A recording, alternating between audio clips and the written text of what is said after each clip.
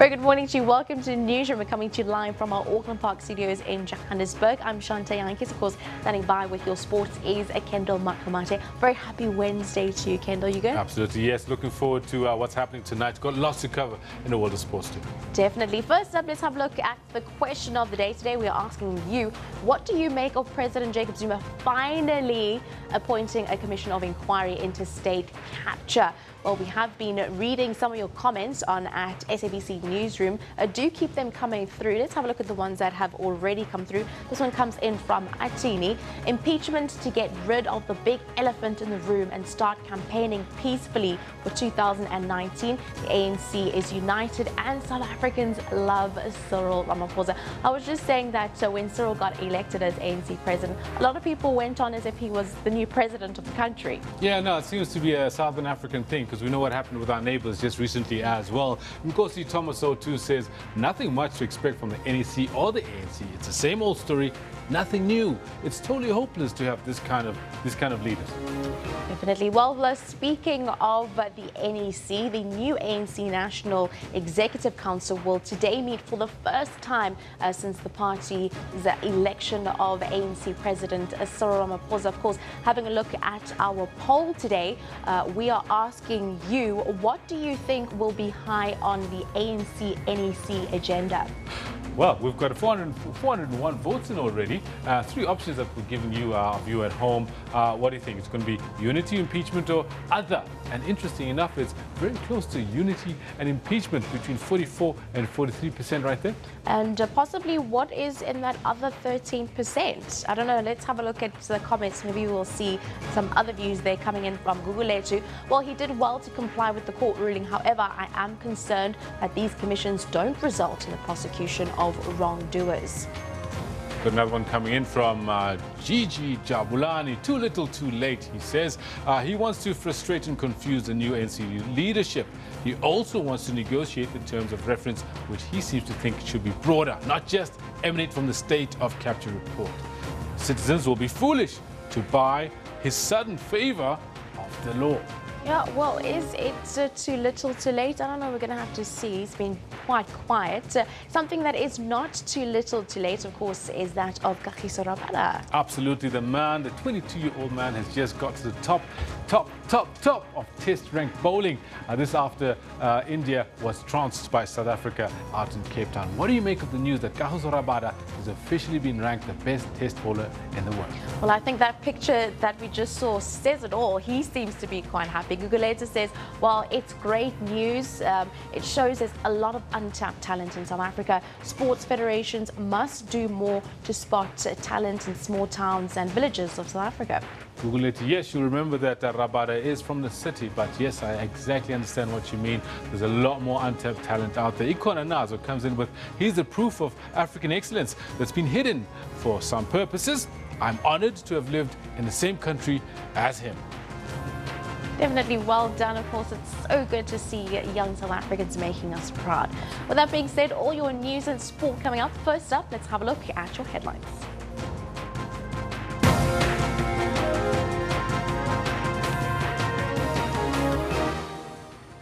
A former public protector, Thuli Madonsela, says the State Capture Commission of Inquiry could face some challenges due to the delay in its establishment. The fate of President Jacob Zuma is meanwhile expected to feature high on the ANC-NEC meeting, which convenes in East London today. Transport Minister Joe Masangwani has directed the Railway Safety Regulator and the Passenger Rail Agency of South Africa to speed up the investigation into the cause of yesterday's train collision at Geldenhuys Station in Germiston. And of course, standing by with all your sports is Kendall Makamata. Very good morning to Kendall. What tops the agenda in sports this morning? As you all know already, it's a little bit about PSL, but it's all about Kagiso Rabada. He's been absolutely phenomenal. Good morning to you. This is what we've got for you in the sports today. Defender Nascimento getting his first. Namely, Sundowns strengthening their hold in the #1 spot in the absolute premiership after they beat Ajax Cape Town 2-1. Continue. Villanazzi gets his first. Sundowns waste no time. All I was doing was implementing the Constitution but the board decided to violate their very own constitution. Former SASCOC CEO Tabi Reddy threatens to expose maladministration at SASCOC after the board of the National Olympic Committee fires him. And 22-year-old quick Kagiso Rabada has become world's #1 ranked test bowler after South Africa's victory over India. Kagiso Rabada, who has been absolutely on fire, has got rid of the danger man, Hardik Pandya, on 93. The kiss is coming, watch it, wait for it, oh boy. Well, there you have it. I'll have this in more detail a little later. Do stay with Shante. She's got the news. Thank you very much, Kendall. Having a look at your top story this morning, the debate around the so-called two centres of power within the ANC will come under the spotlight as the party's NEC meets today. The future of President Jacob Zuma is expected to be discussed now that there is a new president of the ANC. As the ANC meets to look at the January 8 statement that will be presented by its newly elected president, Cyril Ramaphosa, the future of the current head of state, President Jacob Zuma, will come under the spotlight. Zuma is serving his last term in government and has come under pressure to step down from many quarters. And as the ANC prepares for what many say will be a tough national election in 2019, some believe President Zuma has become a liability for the party. The previous NEC tried to look into removing him, but those who supported Zuma held the majority and the attempt failed. With a new president at the helm, the balance of power within the party has shifted. It's not clear in whose favor. The SABC has reliably learned that some new NEC members will argue that the two centers of power, plus the image of President Jacob Zuma, will make it difficult for the party to regain its lost support. During an interview with the SABC a year ago, this is what President Zuma had to say on the two centers of power debate. The correct feeling has been, which I share, you can't say when you have a president of the ANC who is the president of the country, the president of the ANC must also, these two must exist parallel. Because if that is the case, you are creating a kind of two centers of power that could, in a sense, compete in one form or the other. As you know, the ANC is the ruling party. Its policies have got to be implemented by the government. You would actually be saying the president of the ANC must instruct the president of the country. And at times, there may be things that happen that as a president of the ANC feeling, look, is it right or whatever. So we generally had an understanding that it would not be good to create two centers. It is not the first time that the ANC finds itself in this predicament. In 2008, former ANC president and then state president Thabo Mbeki was recalled after Zuma took over the party reins. After careful debate and discussion, the NEC decided to recall Comrade Thabo Mbeki. This was one of the most difficult decisions the NEC has ever had to take in the history of the ANC. We fully understand that the decision comes with a degree of pain to Comrade Mbeki, his family, friends, members of the ANC, ordinary South Africans, and members of the international community with whom we interact. Mbeki wasted no time to resign as the president of the country. Fellow South Africans, I have no doubt that you are aware of the announcement made yesterday by the National Executive Committee of the ANC with regard to the position of the President of the Republic. Accordingly, I would like to take this opportunity to inform the nation that today I handed a letter to the Speaker of the National Assembly, the Honorable Baleka Mbete, to tender my resignation from the high position of President of the Republic of South Africa, effective from the day that will be determined by the National Assembly. Now the ANC has to grapple with the future of its former president again.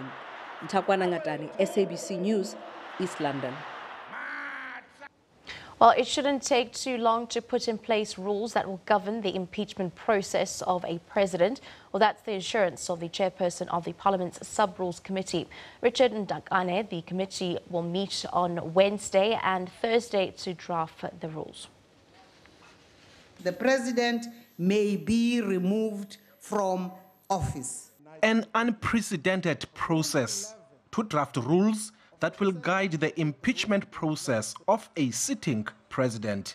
Draft proposals to have a panel of experts probe the conduct of the president prior the impeachment were given a cold shoulder by state law advisors, but still on the table, a proposal for an ad hoc committee of lawmakers. If the motion is put forward by a member, there are very clear grounds why the impeachment should be undertaken, the principles, the procedures and processes. Then we can then set up an ad hoc committee to look at the whole issue. Mtakane says the investigative process should be fair and not politically loaded. Some experts believe it would be difficult to separate politics from factual findings of a probe. A two-thirds majority vote is required to impeach a president. They must find a way to just get to the facts. Is there a serious breach of the law and the Constitution? Then secondly, Parliament as a whole, they vote. Given that there's a serious breach of the Constitution or the law, do we want to impeach the president? That is a political process that goes on as it normally would. But they have to find somehow a mechanism to deal with this first one, where the politics do not determine the outcome of the factual finding of whether there is a serious breach of the Constitution or the law. Opposition parties have made it clear they will sponsor a motion to impeach President Jacob Zuma once the mechanics of the process have been adopted by the National Assembly. Ulelani Philip, SABC News, Parliament. Well, President Jacob Zuma has announced the establishment of the Commission of Inquiry into State Capture. In a statement released this evening, Zuma said that Chief Justice Mogoeng, of course that was yesterday evening, selected Deputy Chief Justice Raymond Zondo to head the commission. The commission came to being following the recommendation by the Public Protector regarding complaints and allegations of state capture, as well as the orders issued by the North Gauteng High Court in its judgment on the 14th of December 2017. Well, the court ordered that, among other things, the remedial action of the Public Protector is binding and that the President is directed to appoint a commission of inquiry within 30 days, headed by a judge solely selected by Chief Justice Mogoeng. The court also ordered that he should personally pay the costs of the review. Fellow South Africans, pursuant to the investigation and remedial action of the Public Protector regarding complaints and allegations of the state of capture, as well as the orders issued by the North Gauteng High Court in its judgment of 14th December 2017, I have decided to appoint a commission of inquiry. The court ordered that, among other things, the remedial action of the Public Protector is binding, and that the President is directed to appoint a commission of inquiry within 30 days, headed by a judge solely selected by the Chief Justice. The court also ordered that I should personally pay the cost of the review I have appealed the cost order as well as the order regarding the duties of the President to appoint commissions of inquiry in terms of Section 84 of the Constitution. However, I am taking further legal advice on the prosecution of this appeal. I am concerned that this matter has occupied the public mind for some time now and deserves urgent attention. I have only appealed the orders to the extent that they set a particular precedent for the office of the President of the Republic and are indeed deserving of legal certainty. The allegations that the state has been wrestled out of the hands of its real owners, the people of South Africa, is of paramount importance and are therefore deserving of finality and certainty. Accordingly, I have decided that while the issues determined by the order require final determination by a higher court, this matter cannot wait any longer. It is of such serious public concern that any further delay will make the public doubt government's determination to dismantle all forms of corruption and entrench the public perception that the state has been captured by private interests for nefarious and self-enrichment purposes. The Commission must seek to uncover not just the conduct of some, but of all those who may have rendered our state or parts thereof vulnerable to control by forces other than the public for which government is elected. There should be no area of corruption and culprit that should be spared the extent of this commission of inquiry. I am also mindful of the concerns raised by the public protector in her report, wherein she lamented the lack of resources to conduct a wider inquiry into this matter. Accordingly, by making more resources available, it is my sincere hope that the Commission will be able to reach many of those areas of concern that may not have been reached by the public protector's investigation, but form part of what she might have investigated had she had sufficient resources to do so.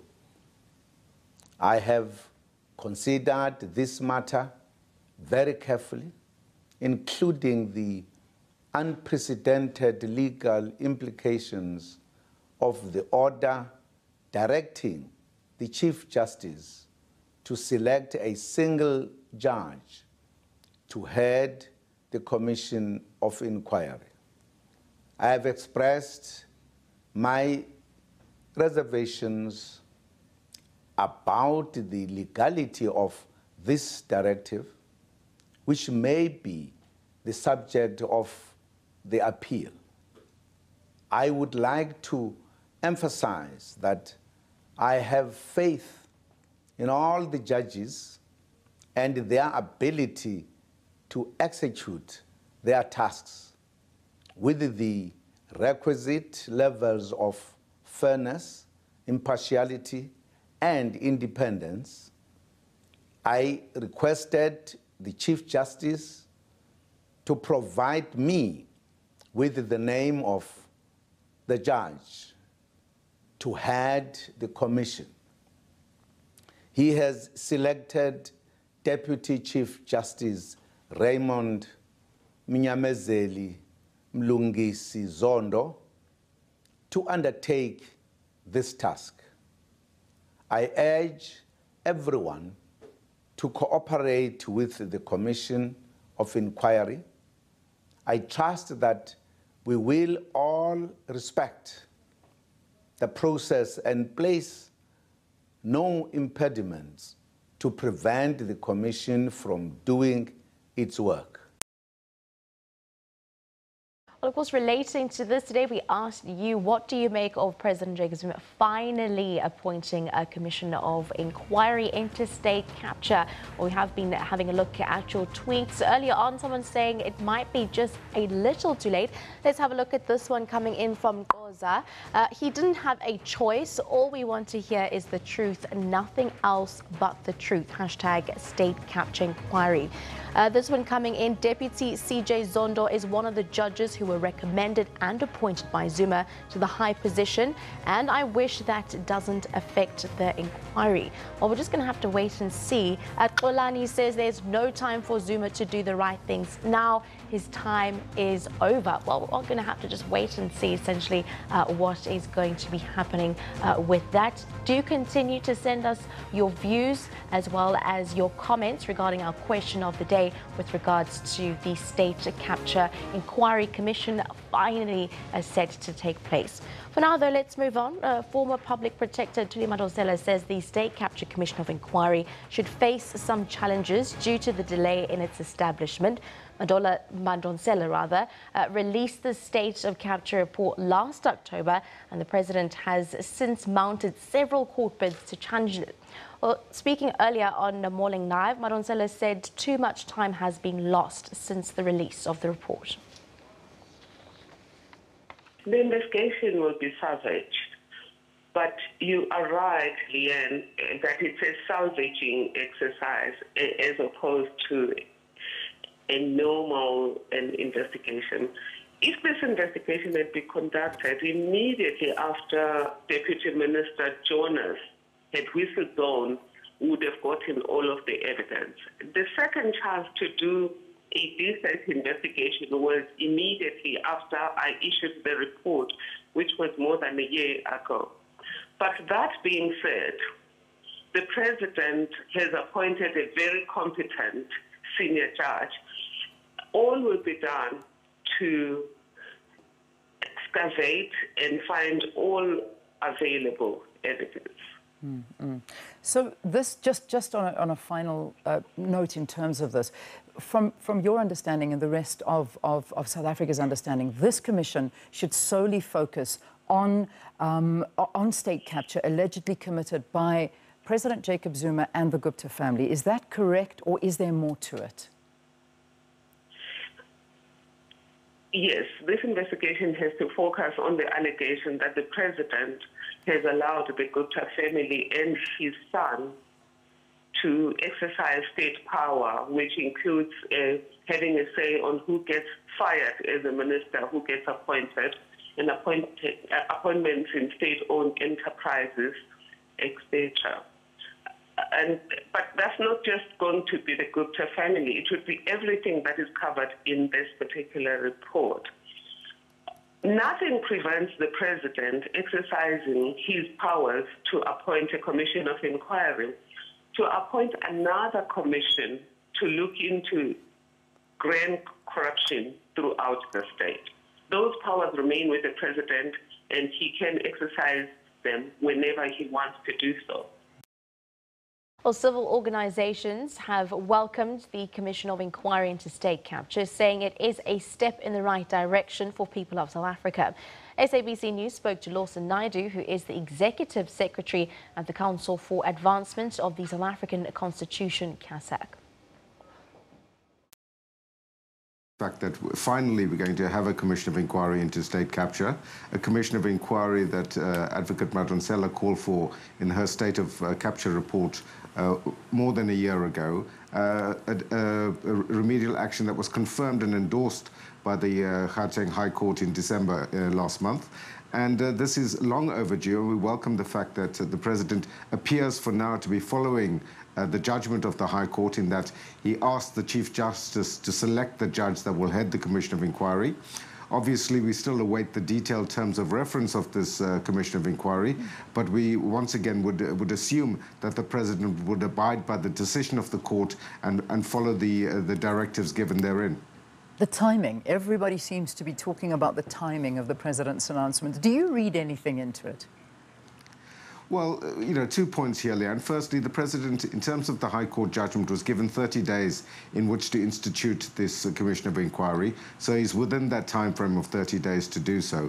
But obviously, one can't ignore the fact that the announcement was made on the eve of a very important meeting of the ANC's National Executive Committee that meets today in East London, and we know that the issue of the President's continued tenure in office is on the agenda for that meeting, and this would seem to be to try and take the heat off the President at the moment. Again, we know that the ANC's National Conference last month took a decision that there should be a Commission of Inquiry set up as a matter of urgency. So the President would now appear to be belatedly following the instruction from the ANC National Conference. Yeah, obviously the terms of reference is the sticking point now, and everybody waiting to see what happens there. We had the Public Protector saying that this really must strictly be into allegations of state capture, the Gupta family, the President's son, and those issues. However, the President last night said he wants to see this covering everything with regard to state capture. What would you like to see in terms of the terms of reference? Well, I think, again, the Public Protector's remedial action was very clear, and the judgment of the High Court, which is what the President should use as his departure point in setting these terms of reference. And the High Court said that the terms of reference should, as a starting point, proceed from the premise of what is contained in the State of Capture report of the former Public Protector, and that deals with issues that concern the Guptas, but also very specifically concern the President and his conflict of interest in the manner in which his personal interests and those of his son and other close associates of him would appear to have been impacted by influence from outside sources, from private interest groups such as the Guptas. So that must be the starting point of the terms of reference and the scope of the inquiry. But it obviously must move from there and take into account the various Gupta leaks that we've seen that come into the public domain subsequently to that, as well as other aspects related to the Guptas and related to issues around governance in state-owned companies that have come to the fore as a result of the work of a range of investigative journalists in South Africa. Just finally, Raymond, in terms of the appointment of the Deputy Chief Justice, Raymond Zondo, who's going to be heading this commission, do you have any concerns? I mean, particularly given the fact that he has been a part of recent Concourt judgments that have actually involved the President? No, absolutely not. I think members of the judiciary have demonstrated their independence and their robustness, and we welcome the appointment of Deputy Chief Justice Zondo to lead this Commission of Inquiry. I think the bona fides of members of the judiciary is beyond reproach. The concern that may arise here is whether this means that the Deputy Chief Justice will have to take a leave of absence from the Constitutional Court to discharge this mandate that he has now been given, and the impact that might have on the functioning of the Constitutional Court itself. But in terms of the capacity of Justice Zondo to execute this responsibility, we welcome his appointment. Look at our social media for the day. We'll firstly start off with our picture of the day. This one comes in from @CindyJL. There really must be something wrong. There is no coincidence now. The 2nd of January 2018, of course, this is the picture that we're showing you. A train collided with a car on the Barberton Road over a level crossing in the United States. And then here in South Africa on the 4th of Jan 2018, the Kroonstad train crash. And then again on the 9th of January 2018, trains collided head-on in Germiston. Ready now, #train crash. Well, That's the picture of the day and has been sent in by a viewer. This actually took place in the United States, only 10 days into the new year, and already 3 reported incidents of train crashes. Let's have a look at the comment of the day. This one comes in from Zikode Dokozani. Really hope that the hashtag State Capture Commission of Inquiry will go as far back as 1995. It can't only be about the Guptas, otherwise it will be of no use. Of course, this relates to our question of the day here on Newsroom, where we asked you, what do you finally make of the Commission of Inquiry into State Capture finally getting underway? Continue to send us your tweets on at SABC Newsroom, and we will have a look at them throughout the bulletin. Let's have a look at what's making headlines in and around our courts today. We'll start off in the KZN province. Day 2 of the bail hearing marathon is expected to get underway at the new Hanover Magistrate Court in KZN Midlands. The accused, Philip Solomon, who is also a farmer, allegedly shot and killed Morton Gubane on his Cramond farm during a burial 2 weeks ago. Well, yesterday, Solomon told the court that he was being harassed by inmates at the new prison in Pietermaritzburg, where he had been kept. He applied for solitary confinement, which he was granted. The state is opposing bail in the matter, and we will keep you updated on these and other cases making headlines in and around our courts and in our country. For now, though, let's take a short break here on Newsroom. Please stay tuned.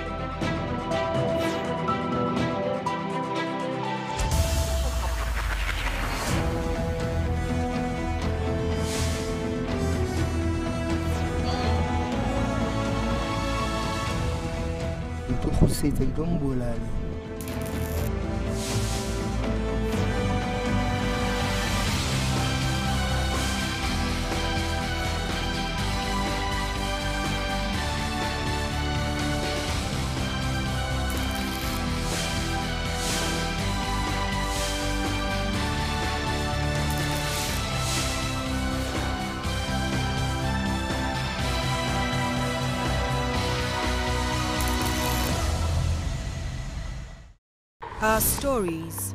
How do I begin? Our lives. When all seems to fail, we will raise our voices a bit louder for our justice. I went into absolute shock. My whole body was shaky. I couldn't hold a phone, but there he was. I couldn't believe the nonchalant that they were still in the area 2 weeks later. And in times when the justice system is not able to help us with our individual battles, I'm willing to do anything. What are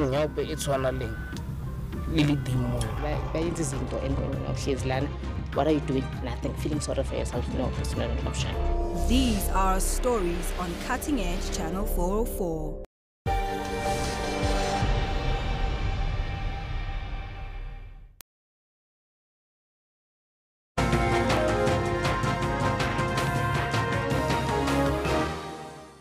Welcome back. Well, the Project Glen Crisis Committee has expressed disappointment that the core stakeholders did not show up for a meeting to discuss the way forward following a storm that struck the south of Johannesburg last week. Well, approximately 1,600 homes have been affected in the area. Committee spokesperson Pelelani Sindane says that while the National Home Builders Registration Council and the City of Cape Town were represented at the meeting yesterday, property developers Chiron and Cosmopolitan Projects, as well as the banks, were absent. He says numerous complaints against developers have been ignored. And now from the Project Glen Crisis Committee, we are joined in studio by Pelelani Sindane. A very good morning to you. Thank you very much for joining us this morning. Essentially, in your view, why do you think the banks were absent? Well, we have no idea why the banks did not come to the meeting, which they were formally invited, but we believe that they have probably an agenda or something. We have no idea. Any answer to that will be just a mere speculation because they did not even send an apology or anything. Okay, now we do know that, correct me if I'm wrong, the committee has been writing letters since the year 2010 complaining about the houses and building infrastructure. What has happened since then? Nothing has happened, and let me correct this. Since 2010, it was people from different streets who were writing letters to the bank and the developers, and they were ignored because it was just few people from a particular street and individuals. So this time around, after the storm, we came together as a community of Protea Clan to say we need to speak to the developers, we need to speak to NHPRC, and that's when the committee was formed immediately after the storm, not from 2010. So individuals had been writing letters to the banks and the developers with regards to infrastructure of their houses that had been built? Yes, and there are emails that I have received from different people who are residents that they have written emails from 2015 before they could even occupy the houses. The structure had already shown signs that it is going to collapse. One gentleman said to me after they had got into the house, they came in and they were putting on the curtain rails. While he was drilling the wall, the drill bit, it drilled right up until outside. So you ask yourself, what kind of a quality of a home is that cannot even be able to deal with a drill bit? So those are the problems that we are experiencing, and people have sent me emails, in particular sending them to Cosmopolitan, and Cosmopolitan will either ignore or come.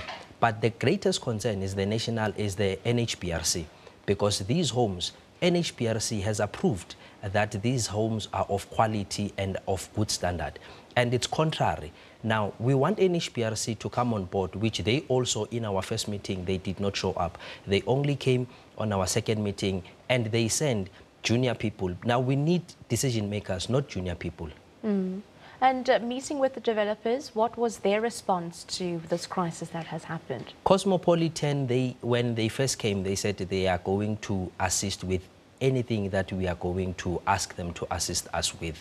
But when we ask them questions pertaining to the structure, pertaining to the quality of the homes, unfortunately as well, they sent junior people who could not even make decisions, and they wanted to go back and consult, and then they started changing their story after the meeting, and we are just in a situation and in a position where we are disappointed. But we are appealing to now that everybody who has their homes built by Cosmopolitan, let us come together, because it's not only in Protea Clan. I believe that people from Cosmo City, somewhere in Randburg, they are experiencing the same problem that we are experiencing. So if we can come together as residents of Gauteng, those who reside in homes built by both Chiron and Cosmopolitan, we work together and then we start engaging with them. At this point in time, we are willing to engage with them. We want them on the table, because it's not proper that we'll keep on closing the roads and inconveniencing everybody where we know who is the culprit in this particular case. So we want them to come on board. But if they keep on ignoring us, then we will take this matter into the second phase. It's quite concerning, as residents are basically paying for homes that they cannot stay in. With that being said, who then essentially is going to be held accountable? Is it the banks? I mean, residents have to be paying the banks, but at the same time, they didn't build the houses. That is why we want the banks on board as well, because remember, the developers, which is Cosmopolitan and Chiron, particularly in Protea, those are the developers. And if the developers, they can come on board together with the banks, because they work together, so that we find an amicable solution into this. Now what is happening, you find insurance companies are coming to do the assessment, but then they expect people to pay the access fee. And people are saying, but we cannot pay the access fee on a house that we've been complaining about before we could even occupy, you know. So that is why we are saying we need a broader forum where every stakeholder will be represented, and we raise our views, we find a common ground, all of us, so that we can find an amicable solution into the entire problem. But this thing, it goes far deeper than you can see. You know, it was just a blessing in disguise that the storm had come and ravaged the homes. And the saddest part is that some of the homes within those that have been built by Cosmopolitan, there is no foundation. It's homes that have been built on a slab. And people are paying up to 650,000 for those homes. And they cannot even sustain the slightest storm. And yet you are paying 650,000. One lady said to me after our public meeting, she said, Pelelani, the insurance company is refusing to pay because I had occupied in December and they haven't debited. Now I don't have a home and they don't want to take responsibility. So what must she do now? At the end of this month you are going to debit, but that person is not occupying the house because the house has been demolished. So these are the issues that we are dealing with. So we are appealing to the stakeholders to come on board, but particularly everybody who has his house built by Cosmopolitan and Chiron. Let's come on board. Let's engage them. And if they don't want to, remember in the olden days, there was something that was called rent boycott. We haven't reached that decision as yet. But there will come a time where we reach a decision where we say, we are not going to pay. But what the community of Protea Glen Ridge have asked us, have tasked us to communicate very clearly, is that Protea is a developing area.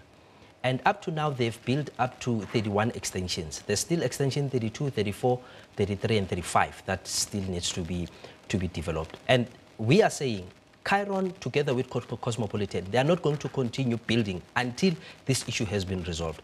And if needs be, we are going to blockade everything. There'll be a complete shutdown if they come and think that they are going to build. That message must be clear. Definitely, that's quite a concerning issue there. Of course, that was Pelelani Sidani from the Protea Glen Crisis Committee. Of course, this is on the backdrop of that terrible storm that hit the south of Johannesburg just a couple of days ago. Thank you very much for joining us this morning in studio. You're welcome, ma'am.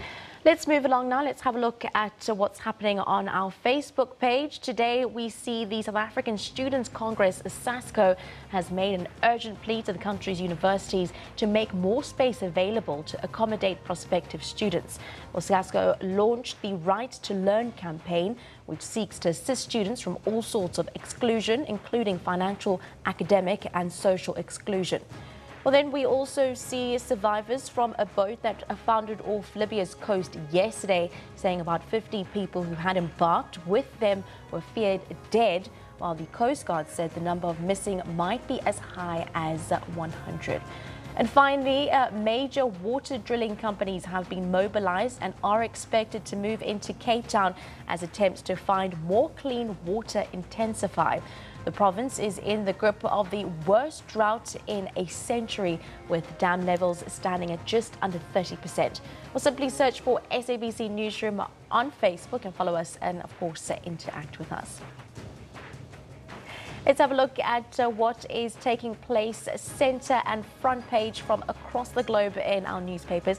We'll start off in Europe this morning with the Times reporting, of course, a leading national health service hospital is delaying chemotherapy for cancer patients, and those who are terminally ill face cuts to their treatment because of a chronic shortage of specialist nurses. This is all according to a leaked memo. Closer to home in Swaziland, the Swaziland Observer says that as the mad rush in search of spaces for pupils in schools intensifies, the Ministry of Education and Training has tightened the grip on some private schools by shutting them down. And finally, in Australia, the Australian reports that North and South Korea's first official talks in 2 years have eased global fears of a nuclear conflict. That's a wrap-up of Newsroom, at least for now. Do stay tuned as we take a short break.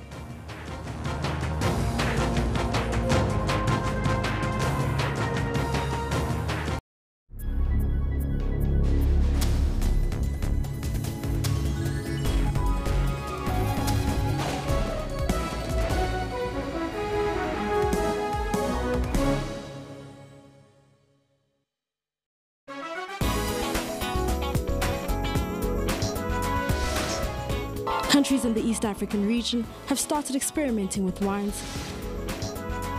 Located in the east of the Democratic Republic of Congo in South Kivu province, this park is the only place in the world to find the eastern lowland gorillas. But the most famous monument in Casablanca is, of course, the Mosque Hassan II. The mosque is the third largest in the Muslim world. The city of Tel Aviv and Israel's tourism ministry have teamed up with the local hotel chain to temporarily transform the tower into a 2-story suite with hot tub, room service, and very unobstructed ocean views. Catch Trends Travel every Sunday from 12 to 1 for all the global travel and leisure trends.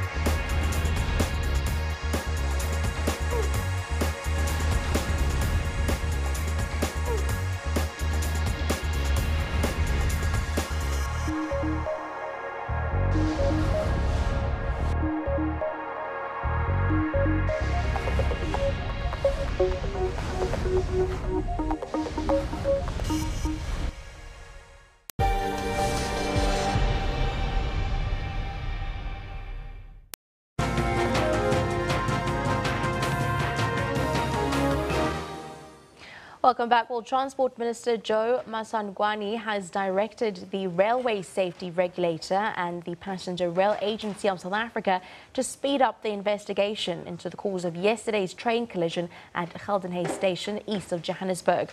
Well, Metro Rail has confirmed that the train which caused the crash was authorized to be on the track. More than 222 passengers were injured after a Metro Rail train failed to stop and crashed into another stationary train. The injured have been transported to various hospitals for medical care. Masangwani says he hopes that the 5.6 billion rand budget set aside for modernization of signalling between 2015 and 2018 will improve the railway situation. Last week, 19 people were killed and over 200 injured when the Shosholoza mail train traveling from Port Elizabeth to Johannesburg collided with a truck before bursting into flames at a rail crossing between Kroonstad and Hennenman in the Free State. The 65-year-old farmer from KZN, Edward Solomon, will appear in the New Hanover Magistrates Court today for his bail application on murder and attempted murder charges. Well, Solomon allegedly shot and killed a man on his farm 2 weeks ago. Yesterday, the court ruled that Solomon be kept in isolation following an alleged attack while in custody. New Hanover is a small farming town in KZN Midlands. Hundreds of residents, including supporters of different political parties, protested outside the local magistrate court. They demanded that bail be denied to the accused Edward Solomon. He's been charged with murdering Moti Ngubane and attempting to murder Mondli Lembete. During his bail hearing, Solomon told the court that fellow inmates threatened him with a hammer and kitchen staff had tried to assault him. The threats on his life stem from an incident that happened 2 weeks ago on his farm. It's alleged that Solomon had tried to stop a burial of a farm worker. The murder has put strains on racial relations in the area. What's happening here is not necessarily a reflection of the majority of farms and farm dwellers in this area. It's very unfortunate, and nobody in this area supports, black or white, supports what has taken place. It's a tragic event that no one can forgive, but it's giving us a platform to bring the parties together. I think something like this could either tear us apart, given the volatile situation we're in. We all know we're in a very sensitive situation in South Africa right now. Protesters outside court also weighed in on pressing national issues. They have urged the government to speed up the process of land expropriation without compensation. Londe Khateb, SABC News, New Hanover. With many still unclear about how government plans to implement free higher education for the poor and the missing middle, Higher Education Minister Professor Hlengiwe Mkhize says the key will be constant and frank communication with all education stakeholders. She addressed students about the program at the University of Fort Hare as applicants continue to flock to universities nationwide. 2018 walk-in applications, a stressful time for both students and institutions of higher learning, as all look forward to government revealing its plans at implementation.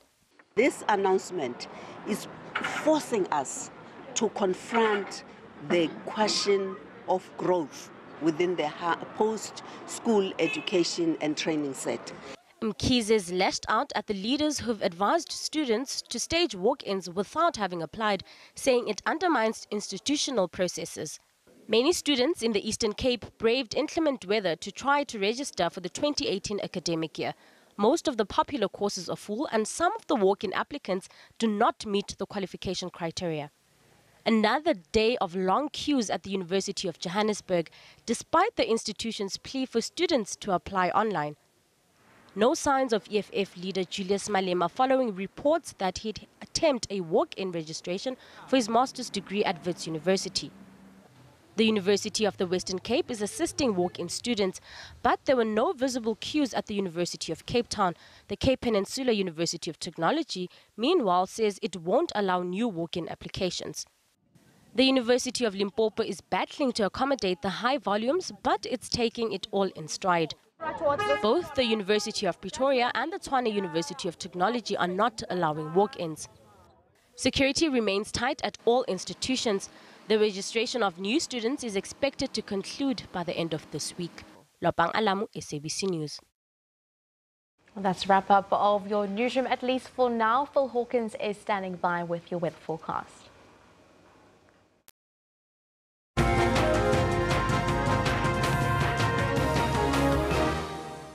Yeah, thank you very much. Well, let's get you a look at that weather. We're going to start off by taking a look at what's been happening over the last 12 hours or so. Cloud cover developing through those central and northern latitudes of southern Africa. So we're seeing that cloud cover really starting to develop in southern Africa towards its central regions around Zambia, and then of course towards those eastern coastlines as well, where we see quite active low pressure systems in the area. At the moment, we're expecting some showers and thunder showers forecast for South Africa's eastern regions. Primarily that'll take place in the afternoon and the evening, but at least it's offering a little bit of a reprieve from that heat wave, which of course now has ended. High pressure systems just towards the southern and southwestern areas, though, keeping that clear. And we have a fire danger warning for you in the western parts of South Africa for today. Tomorrow, we're expecting that rainfall to start to migrate towards that central interior, concentrates itself around the Free State province and, of course, surrounding areas there as well. But then it also links up with low pressure systems in the interior, which are moving through that western coastal area. So expect wind speeds to be quite gusty and quite high wind speeds, as I said, along that western coastline. Temperature-wise, this is what we're taking a look at. That high-pressure system that I spoke of, well, that's causing some very, very hot conditions around the west. 35 degrees in Springbok, Cape Town climbing all the way to 34 degrees Celsius, and Uppington at 37. Areas are reaching up into the higher 30s and into the 40s in some parts of that western interior as well. In the east, well, it's the opposite story. Their temperatures dipping from yesterday and the day before. Of course, Pretoria there peaks at only 26 degrees Celsius and Durban 23 for today. Wet weather expected in both of these areas, but we're also expecting that wet weather to extend further north. 33 in Gaborone there, wet weather, Beitbridge 29, Bulawayo 27 and Harare at 26. So again, temperatures really have taken a dive around those eastern parts of southern Africa. Mahajanga's at 28 degrees. In fact, 28-degree highs forecast for all three of these major cities in the island nation regions here. Of course, we have seen that tropical storm moving away, and it's no longer really affecting the weather along Madagascar's interior and the coastal regions, but a new low pressure system has started to develop, and that of course is what's bringing in that moisture. That also links up with low pressures on the continental African region here, and that of course is going to result in showers around Dar es Salaam, and Kilimanjaro also expecting a bit of wet weather. Moving on into the western parts of Central Africa, we see those showers starting around Libreville, wet weather continuing further south. North of that, continuing hot conditions forecast for Bangui at 38 degrees Celsius. And now we get into the cold weather again, back into the northern parts of Africa. Of course, the northern hemisphere currently is in winter, and those low pressure systems are just sweeping past that northwestern coastline, bringing with it some rain for both today and tomorrow. As you can see, temperature-wise, we're expecting that to be rather chilly in the northern regions, but a little bit further south, as you can see, some fairly mild weather around Sana'a at 18, Addis Ababa the same. This is where we're going to leave your weather for now. Stay with us here on the SABC.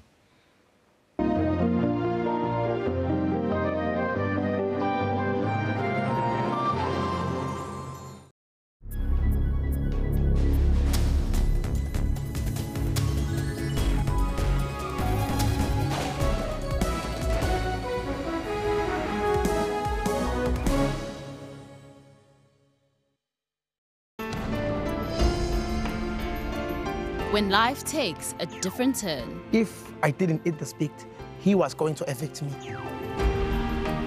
Your will to persevere is ignited. I'm not a professional speaker, but I'll try my best to give you a word of inspiration. He was just trying to provide for his family. If you can't accept it, change it. If you cannot change it, accept it. And a new story begins. Made a resolve to myself. I'm learning something new. Bophelong, every Friday at 5:30. Be part of the life-changing journey.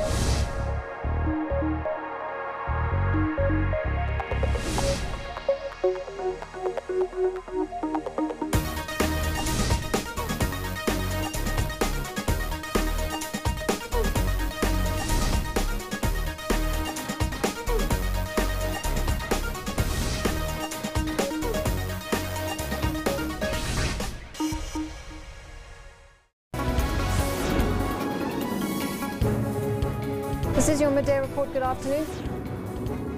I will be faithful. I assume as President of the Republic of Kenya. Let's take a look at how African markets and currencies are performing now. The central bankers say the success of Bitcoin and other cryptocurrencies is just a bubble. Breaking stories, detailed economy and sport. Tune into Midday Report every Monday to Friday from 12 p.m.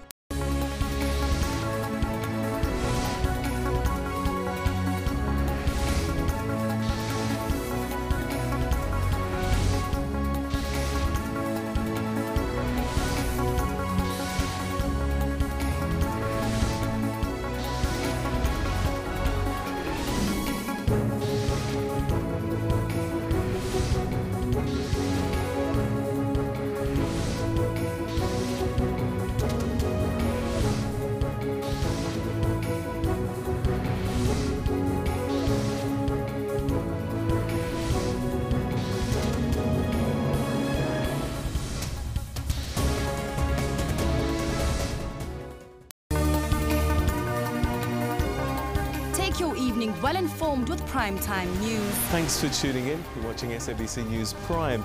The burning and land reform issue was also a point of discussion on the first day. If you do not have a skills revolution, you will run into the kind of problems that we're having at the moment. We have funded about 466,000 students, out of about 800,000 students that are in the university system. South Africa says insufficient electricity and water remains one of the biggest barriers to development and prosperity on the continent. The top four batsmen in the squad, Hashim Amla, Quinton de Kock, Faf du Plessis and AB de Villiers, are certainties in the starting lineup. I really believe we cover all bases when it comes to spin bowling, seam bowling, proper pace bowling, and an amazing batting lineup. Stay tuned every Monday to Sunday from 6 p.m. Africa is constantly getting new technologies, and with that comes new terms. Massive, open, online university. And primarily what they are doing is they're established in the community, so they're well established within the Soweto community. Internet of Things also covers small sensors, so you can do like home security, motion detectors, IP cameras. Our network simplifies these terms for you. We also have new gadgets and social media. When it falls on the grounds and then the battery, everything falls off, people just put it all together and then your phone is back in shape. The Vlega app, we initially started off by doing this manually. The internet is actually my favorite fashion invention of all time. That's Network with Ms. Pumelele Zondi every Sunday at 9 p.m. on SABC News.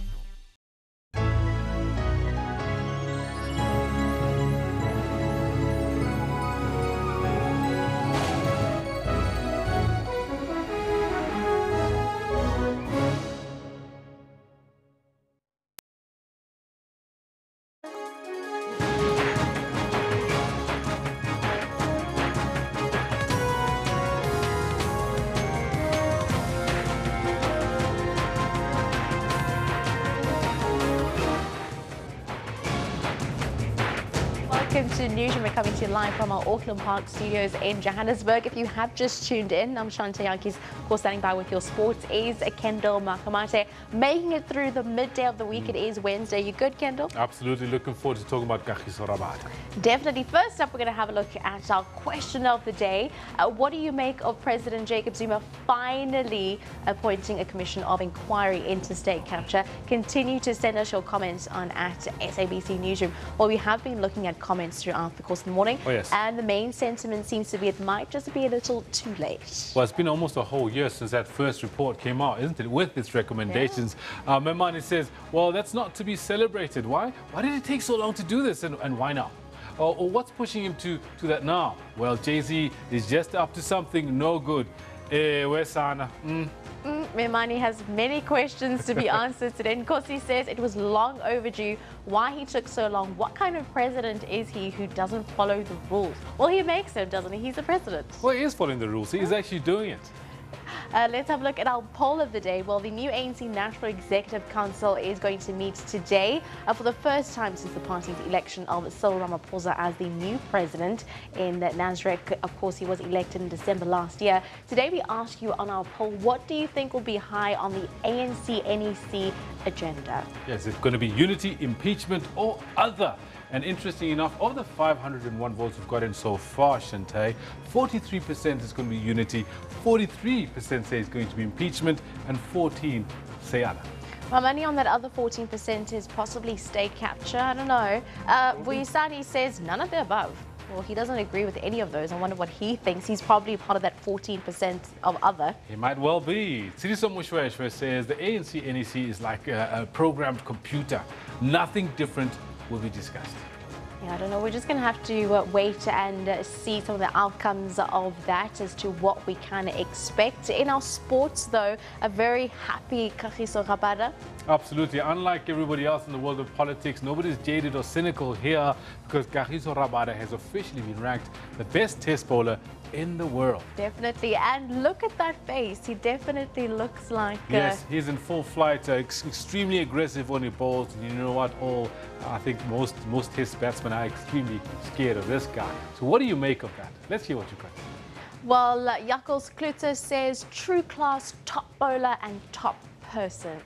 Well done, well said. And Vuyo says the ranking is well deserved, although South Africa have not played enough test matches last year. Don't worry, we've got enough on our radar for this year. Yeah, it's just the beginning of the year. Well, all your news and sporting updates coming up in just a bit. For now, though, let's have a look at your morning headlines.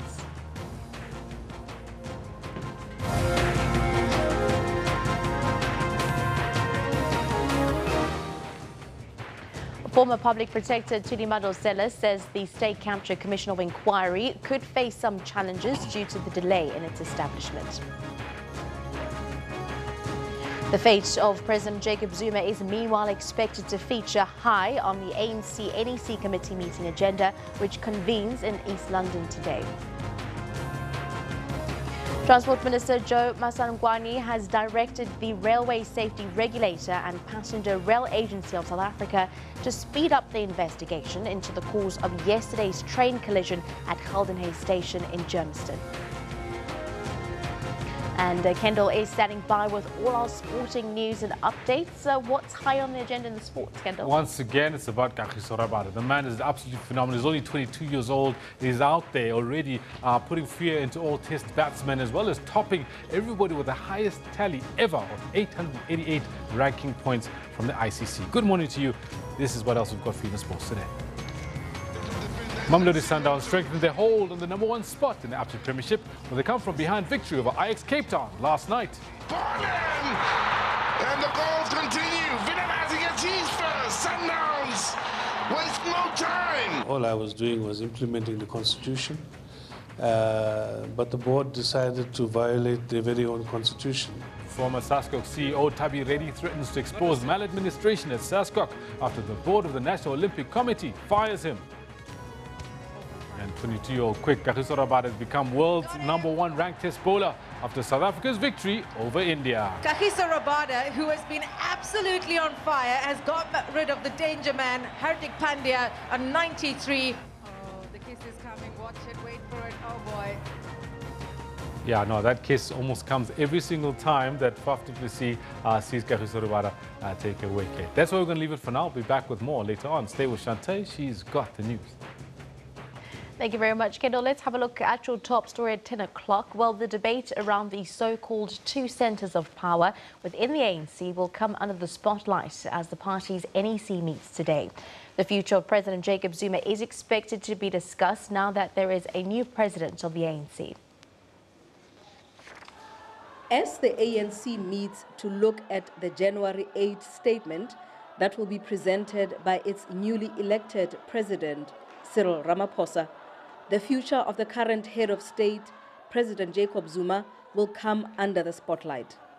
Zuma is serving his last term in government and has come under pressure to step down from many quarters. And as the ANC prepares for what many say will be a tough national election in 2019, some believe President Zuma has become a liability for the party. The previous NEC tried to look into removing him, but those who supported Zuma held the majority and the attempt failed. With a new president at the helm, the balance of power within the party has shifted. It's not clear in whose favor. The SABC has reliably learned that some new NEC members will argue that the two centers of power, plus the image of President Jacob Zuma, will make it difficult for the party to regain its lost support. During an interview with the SABC a year ago, this is what President Zuma had to say on the two centers of power debate. The correct feeling has been, which I share, you can't say when you have a president of the ANC who is the president of the country, the president of the ANC must also, these two must exist parallel. Because if that is the case, you are creating a kind of two centers of power that could, in a sense, compete in one form or the other. As you know, the ANC is the ruling party.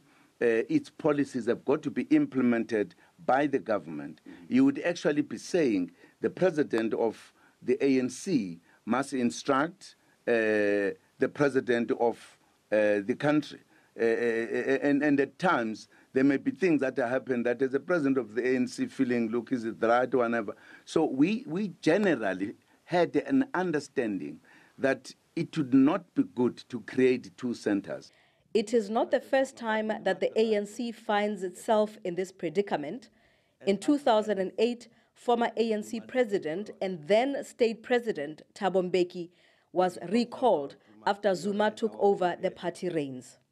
After careful debate and discussion, the NEC decided to recall Comrade Thabo Mbeki. This was one of the most difficult decisions the NEC has ever had to take in the history of the ANC.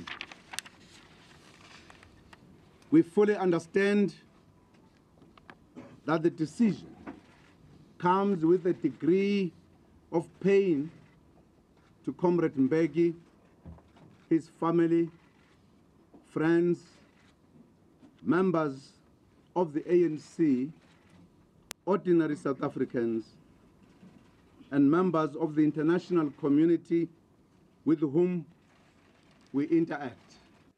Mbeki wasted no time to resign as the president of the country. Fellow South Africans, I have no doubt that you are aware of the announcement made yesterday by the National Executive Committee of the ANC with regard to the position of the President of the Republic. Accordingly, I would like to take this opportunity to inform the nation that today I handed a letter to the Speaker of the National Assembly, the Honorable Baleka Mbete, to tender my resignation from the high position of President of the Republic of South Africa, effective from the day that will be determined by the National Assembly.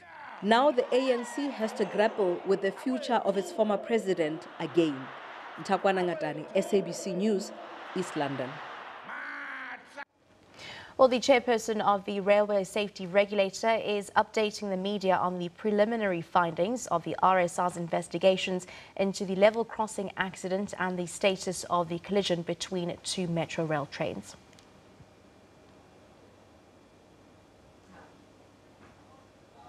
That's the limit on the speed, and the speed at which the train was traveling was only at 78, which is within the speed limit that is allocated in the area. And the driver of the truck was also tested negative when he was tested on alcohol.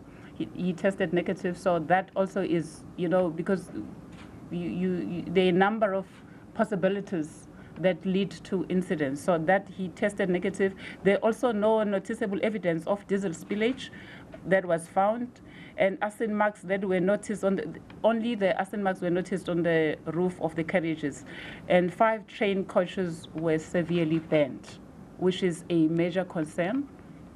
And therefore, because of that, it has become necessary that we, as the RSR, establish a board of inquiry in order to establish the reasons for the fire. Because we will all be aware that most of the cause of the 19 lives that were lost was as a result of mainly the fire that occurred. Therefore, with the minister, we've consulted with the minister, and we are in agreement that a board of inquiry needs to be established in order to assist in establishing the reasons for the fire. That's one area, and also in order to identify the root cause of the occurrences, identify the sources of fire, and to also make corrections with respect to the way forward, what could be done in order to avoid similar occurrences going forward. So basically, insofar as the accident that took place on the 4th of January, that is the main, those are the preliminary findings that we found there. The Board of Inquiry will come up with much more substantive information that will assist us to implement the corrective actions going forward. With respect to the accident that happened yesterday at the Hilton station, on that intersection, we have established that the cause of that incident was as a result of the manual authorization that is done by the control officers. Because what happened there is that one train, which was train 4317, was authorized to enter the platform at the Hilton station. When it immediately entered the station, it failed. And as that failure was attended to, another train was authorized to enter the station as well. Now, because the other one was already stationary there, and the other one was manually authorized to enter in there, then obviously one can see that that's human error. The second train should not have been authorized to enter at that time, whilst they were still sorting out the technical problems with the first train. So in that case, we call that human factors, or it's a human error. We are focusing, therefore, with PRASA as the operator on the reasons for the manual authorization, because everybody can see that the reason is manual authorization because the system is faulty, because the normal system is not yet working. There are problems with the signaling issues. For that reason, we have taken action. We have communicated with the operator that manual authorization should cease with immediate effect. I thank you.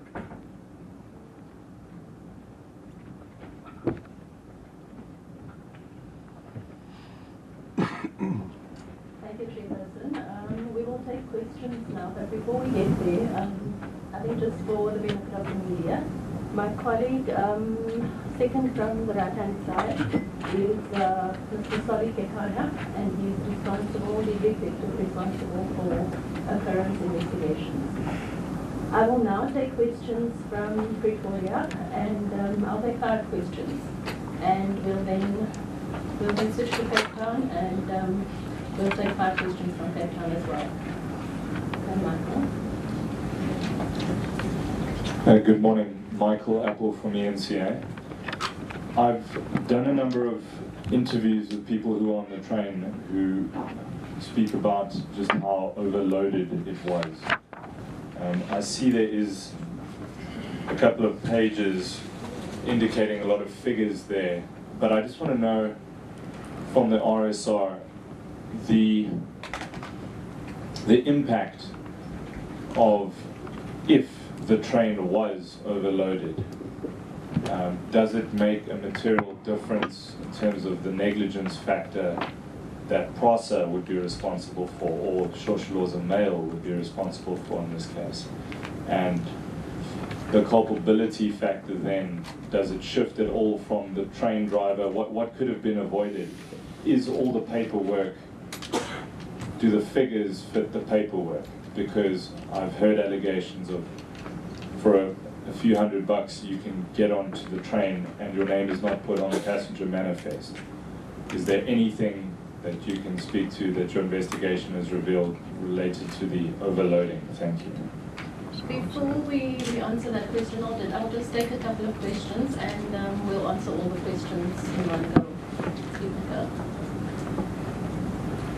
Sipoma Bena for Times Live. Just two quick questions about the Board of Inquiry. Are you able to give us sort of a details as to when will this be established, and sort of give us step by step on how this will unfold? And also, secondly, the question is around the driver of the truck that was found on the level crossing. Were you able to ascertain from him why he ignored all the warning signs on the scene? Thank you.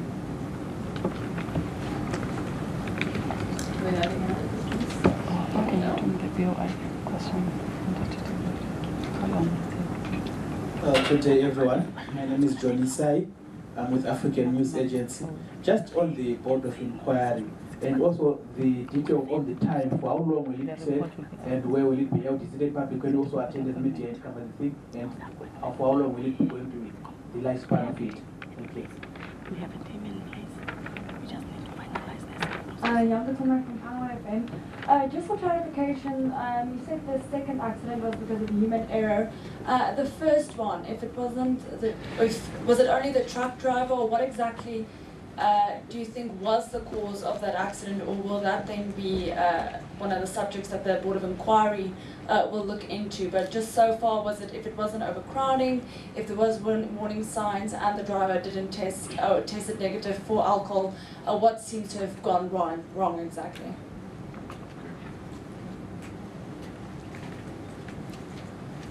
Do you have any questions?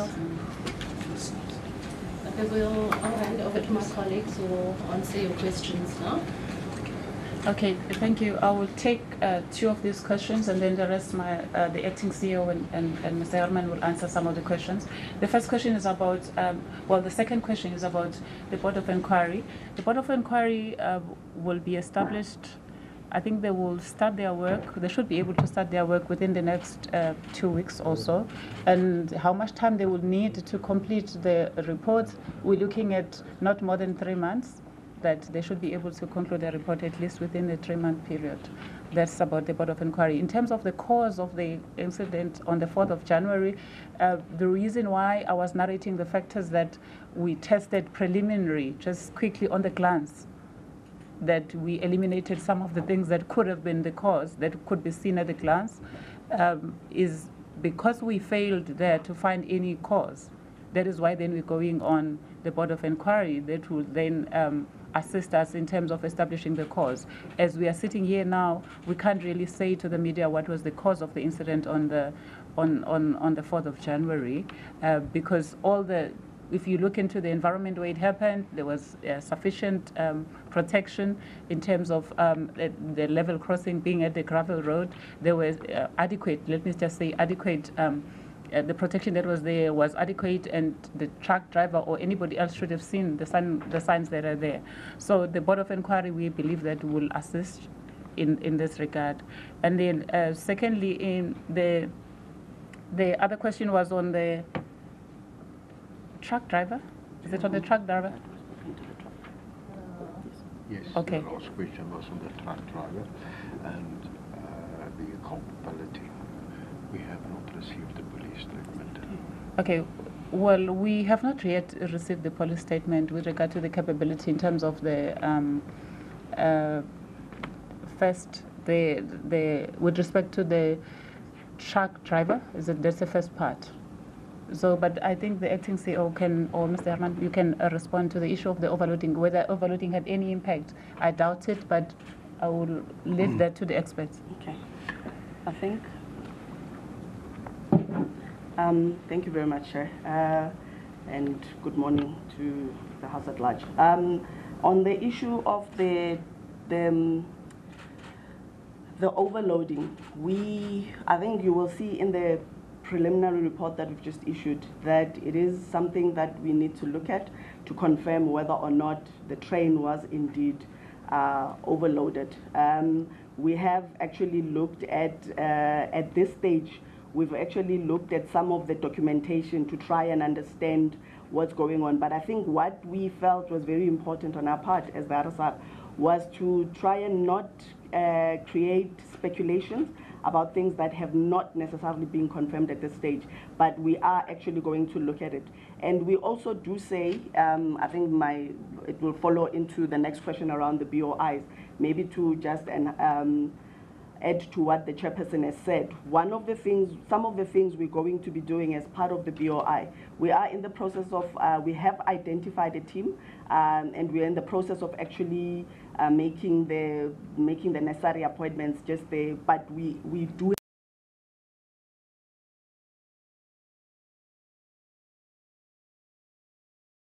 Well, indeed, that is just the current press briefing with regards to yesterday's train crash that took place in Geldenhuys on Johannesburg's East Rand. We heard some of the preliminary results that have been released from the RSR's chairperson. Of course, we've heard Dr. Nomusa Zethu Kunta.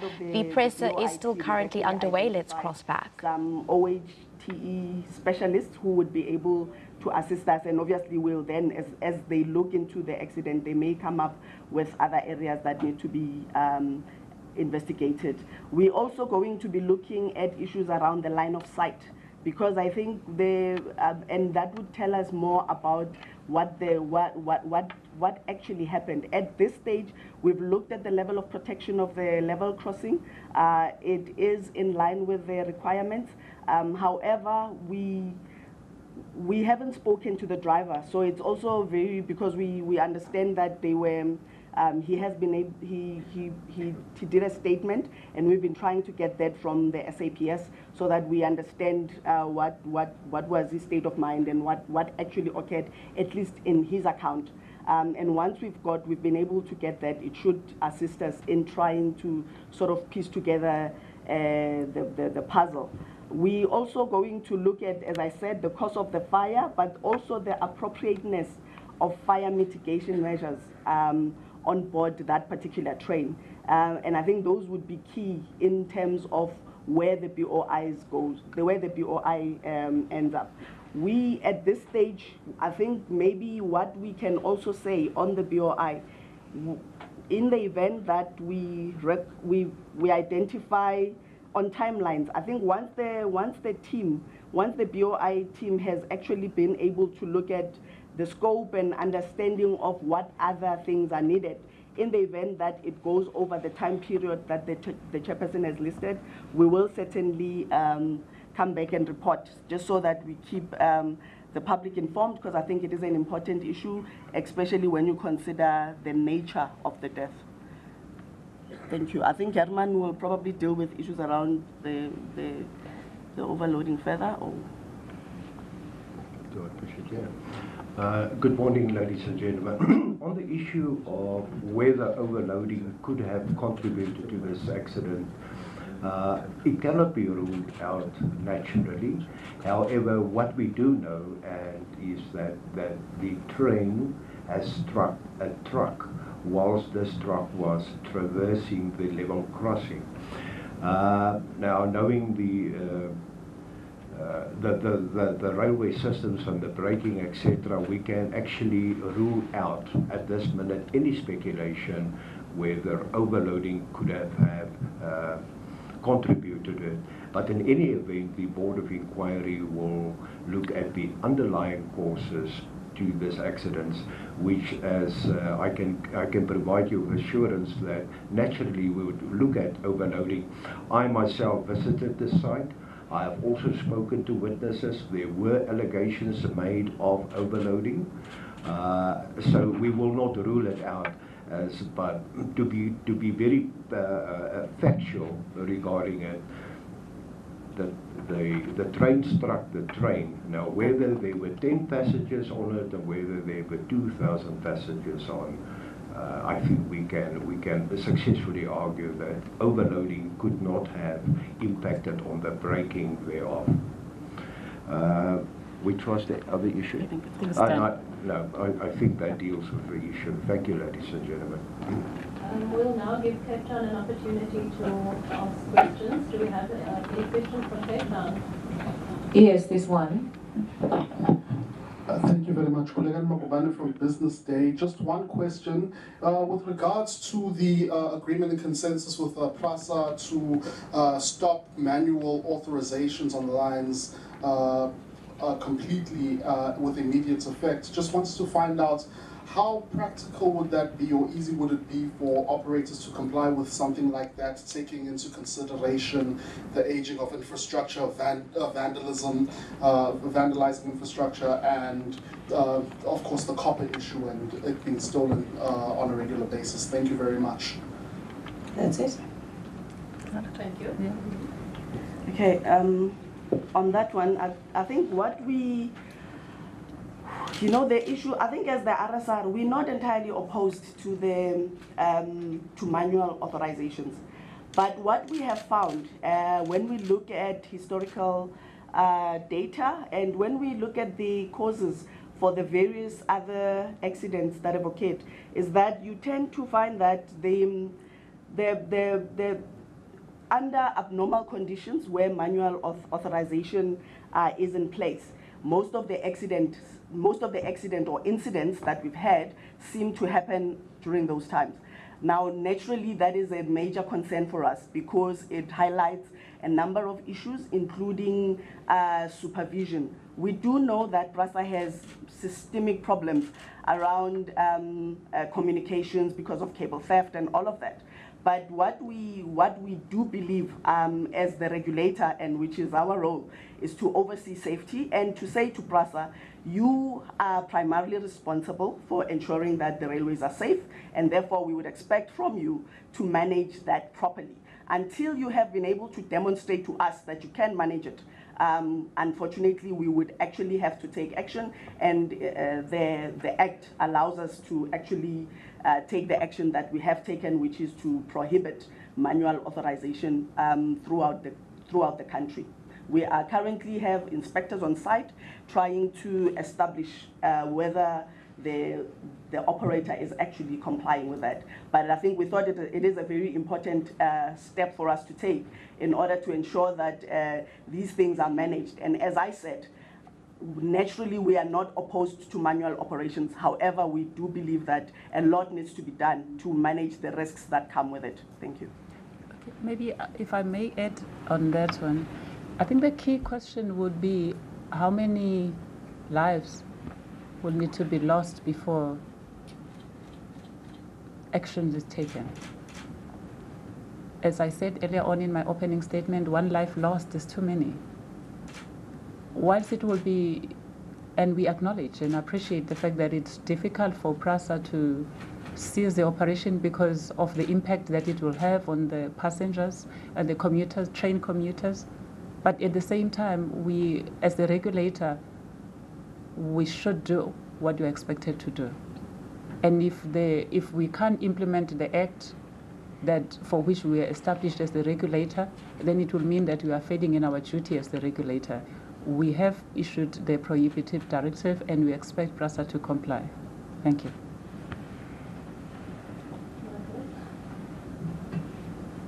It's Michael again from ENTA. Just a point of clarity, please. The Kroonstad Central Traffic Control System, it says in 5.6 that there was an outage at the time of the collision. So can you just confirm then that all the safety systems that were in place, the warning lights and so on, would not have been working at the time? Thank you. Can I answer that? If you look at the site of the collision and in the manner in which the subsequent derailment took place, most of the infrastructure, the purway, were utterly destroyed, which means the mast poles, etc. And to the extent that the catenary, the overhead electrical wire collapsed, and that's a normal reaction which will follow. But from the CDC point of view, they have noted immediately after the accident that the power has stripped and that there was a problem associated. So it was. Apologies. So it was after the collision. There wasn't an outage that affected the signals prior to the collision. No. I can provide you with assurances at this minute in time that the outage came directly after the accident. However, the Board of Inquiry will go into more depth, looking at all the systems prior to the accident and subsequent to the accident as well. Based on my preliminary investigation, I can, and also having interviews with some of the victims in that train that who witnessed the catenary came down after the fact.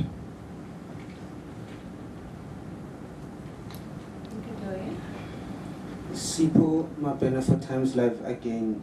Just a quick general question. We've recently seen quite a number of serious train accidents in the recent past. Are you able to tell us how many train accidents you have recorded in the past 5 years, and how does that compare with the previous period? Also, what was the dominant cause of those accidents, and what and how the regulator views this trend? Thank you. Okay, I'll have the first shot at this, and my colleagues can add to what I'm going to say. Over the last couple of years, we actually have seen a decline in the total number of accidents, or call them occurrences, total number of operational occurrences. In the last financial year, which is 16-17, which is, I think you will find it in our state of safety, we've got about 4,000 occurrences, but there are different categories to that. And the ones that are most worrying is actually, it's mainly collisions during movement of rolling stock, where we've had about 1,006, but in the last financial year, we actually saw a decrease from the year before. And of course, in the level crossing area, and that has been actually one of our focus areas as the RSR, that we have identified areas which we believe are linked, or the risks that are linked to some of these occurrences, and amongst those is actually human factors. To that extent, over the last 3 years, we've actually paid particular focus on that area, and I think we continue to call on our operators to support that, to support and prioritize that particular issue. As part of the processes that we look at when we look at the safety of an operator is to actually see how they manage human factors. And as you can see, most of these accidents, the fact that trains were allowed into a section by the same TCO naturally tells you that it's human error. It could be human error, it could be something else, but a human being is always involved in actually executing an activity. And to that extent, we are saying that we want to ask the operators to, there is a standard that we released about 2 years ago on human factors, and we would like them to actually continue making efforts to comply with that particular standard. Another area which is of great concern is actually people struck by trains. These are people who are struck along the rail line, not at a level crossing. And this is because of the nature of the network that we have. Our network is not protected in most areas. If you look at Gautrain, because most of it is actually protected, so you would experience fewer occurrences within that category. But specifically for the PRASA trains, we do have, it is a major concern for us because you do have settlements on both sides of the rail line and you have people crossing through. So that, for me, is actually one of the key areas that we need to be focusing on trying to actually improve the situation. But obviously, of course, even with the collisions, because they are relatively high. Do we have any more questions? Cape Town, do we have any more questions? This question. It doesn't look like we have any more questions. That's it. Did you want to ask a question? Okay, go for it. There is actually one. Can you use your microphone? I'm Jenny Evans from News 24. I'm sorry, you might have answered this question already. Can you please tell us what the progress is with the City of Cape Town's application to run some of the Metro Rail services in the province? Thank you. That's it. We have met with the executive of PRASA Group, and we have actually agreed to have on the 8th, the day before of yesterday, in Cape Town, a joint action and inspection. It was within the prerogative of the RSR to close down the central line, and after discussions with PRASA itself closed down that central line. And the inspection which we have planned, the joint inspection with the MSC of Transport in Cape Town, the Provincial Commissioner for Police, as well as the Brigadier General for the Rapid Rail Police, has now been postponed, I believe, until the 21st of January. And then we will make an informed decision to which extent the services can operate normal. But I think it is sufficient to say that that particular area has been prone to vandalism, especially indicating what the acting chief executive has identified now, the vandalism of the fences, which allows for free access into the railway reserve, resulted in exorbitant vandalism in that area. Yes, in conclusion, the inspection, the final inspections and decisions will be made here by the 21st of January. Can I just add, I think what Mr. Purveyor is responding to is largely the safety situation in that area. But I think the question was more related to the application for the City of Cape Town to run the trains. It is a process that we as the RSR will only get involved in at the point when it has been handed over to the City of Cape Town. We are not aware of what the process is, but I believe that would be a Department of Transport sort of related process. Once that a decision has been taken, and if you find that Cape Town gets to do it, then at that stage they would have to apply for a permit from the RSR, and only at that stage do we get involved. Thank you. Any last questions? Ladies and gentlemen, thank you. The state of safety report that the acting CEO referred to is on our website. The report that was issued to you this morning. The electronic copy can also be found on our website. Thank you very much. Thank you. Thank you.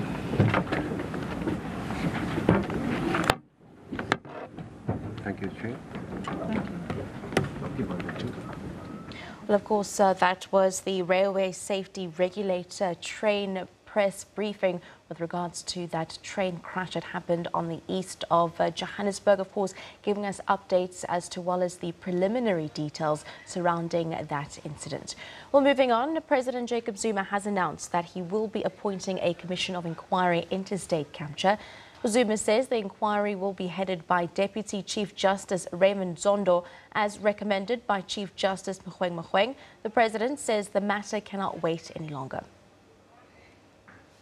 It is of such serious public concern that any further delay will make the public doubt government's determination to dismantle all forms of corruption and entrench the public perception that the state has been captured by private interests for nefarious and self-enrichment purposes. The Commission must seek to uncover not just the conduct of some, but of all those who may have rendered our state or parts thereof vulnerable to control by forces other than the public for which government is elected. There should be no area of corruption and culprit that should be spared the extent of this commission of inquiry. Well, the ANC-NEC meeting is expected to kick off at midday in East London today. For the latest, we are joined by SABC presidential correspondent Zwadile Mbeje. Very good morning to you. Essentially, what can we expect from the NEC meeting as it kicks off this afternoon? Thank you very much. Indeed, we expect the NEC meeting to kick off maybe around about 12. But as we speak, the officials, the top six, led by President Cyril Ramaphosa, are meeting.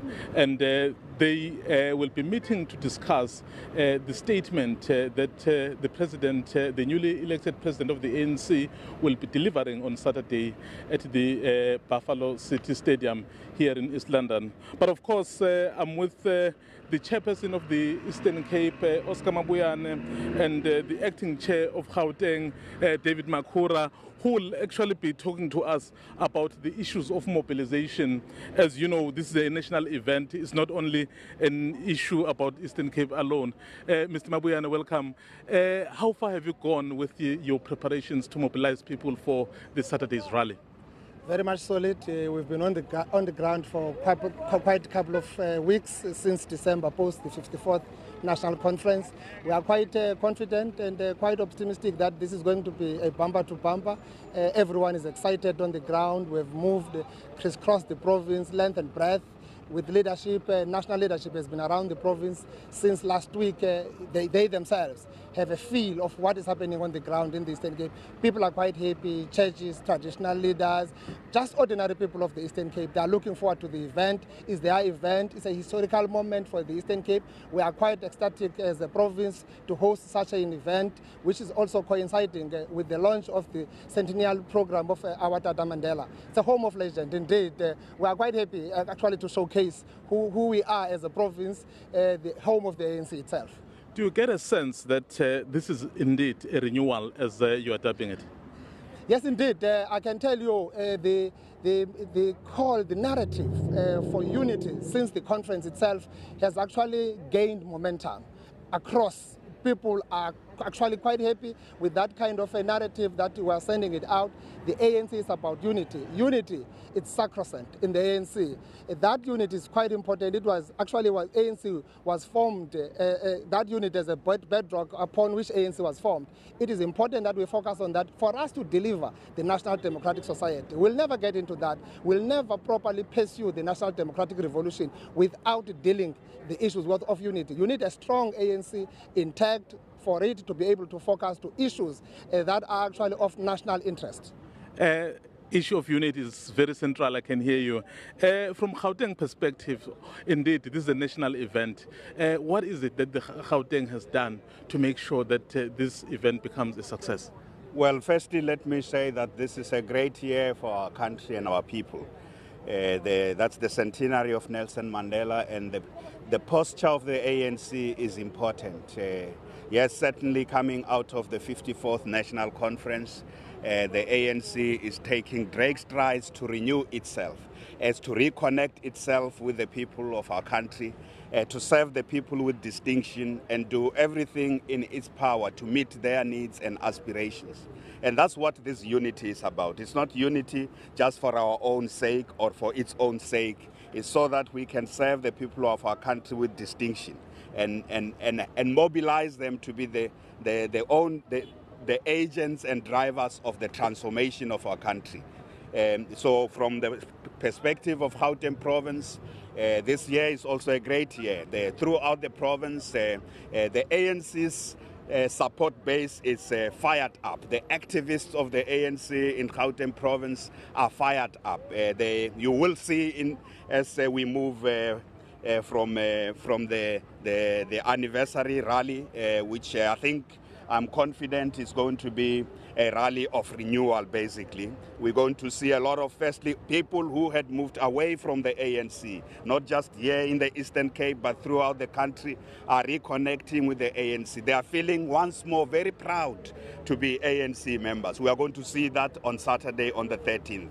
But even as we move from East London, as we move from here to Gauteng province, and I'm confident to the rest of the country, that message of unity, that message of renewal, that message of reconnecting with the people of our country, which is primarily what the ANC's purpose is, so that the ANC can serve the people well, this message will be felt throughout the country. So I am very confident this rally is going to be a great rally. I think in 2009 we had a rally in the Eastern Cape. There were two stadiums that were full here. I look forward to that sense of rejuvenation and renewed sense of hope across the country. So South Africans should rejoice. All the issues that they have placed before the ANC, if you look at the resolutions of the 54th National Conference, those resolutions talk to the issues facing our people across the country, the issue of the economy, the issue of land, the issue of education, all the critical issues that are important. So we are confident that this ANC placing hope and in the hands of the ANC to move our country forward is not misplaced in itself. You will be soon joining the meeting of the NEC, and we understand that primarily you're speaking about the drafting of the statement for Saturday. But as the leadership of the ANC, are there any other issues that are likely to come up in that meeting? Well, I think I am returning to the ANC, to the NEC, so all I know is that this is the first NEC meeting. But the most important thing for me is that the ANC is going to put together a message to the people of our country which will be delivered by our president, brand new president, Cyril Ramaphosa. Primarily the NEC is going to look into that message. That should be a message of hope. That should be a message of renewal. That should be a message that mobilizes every sector of our society.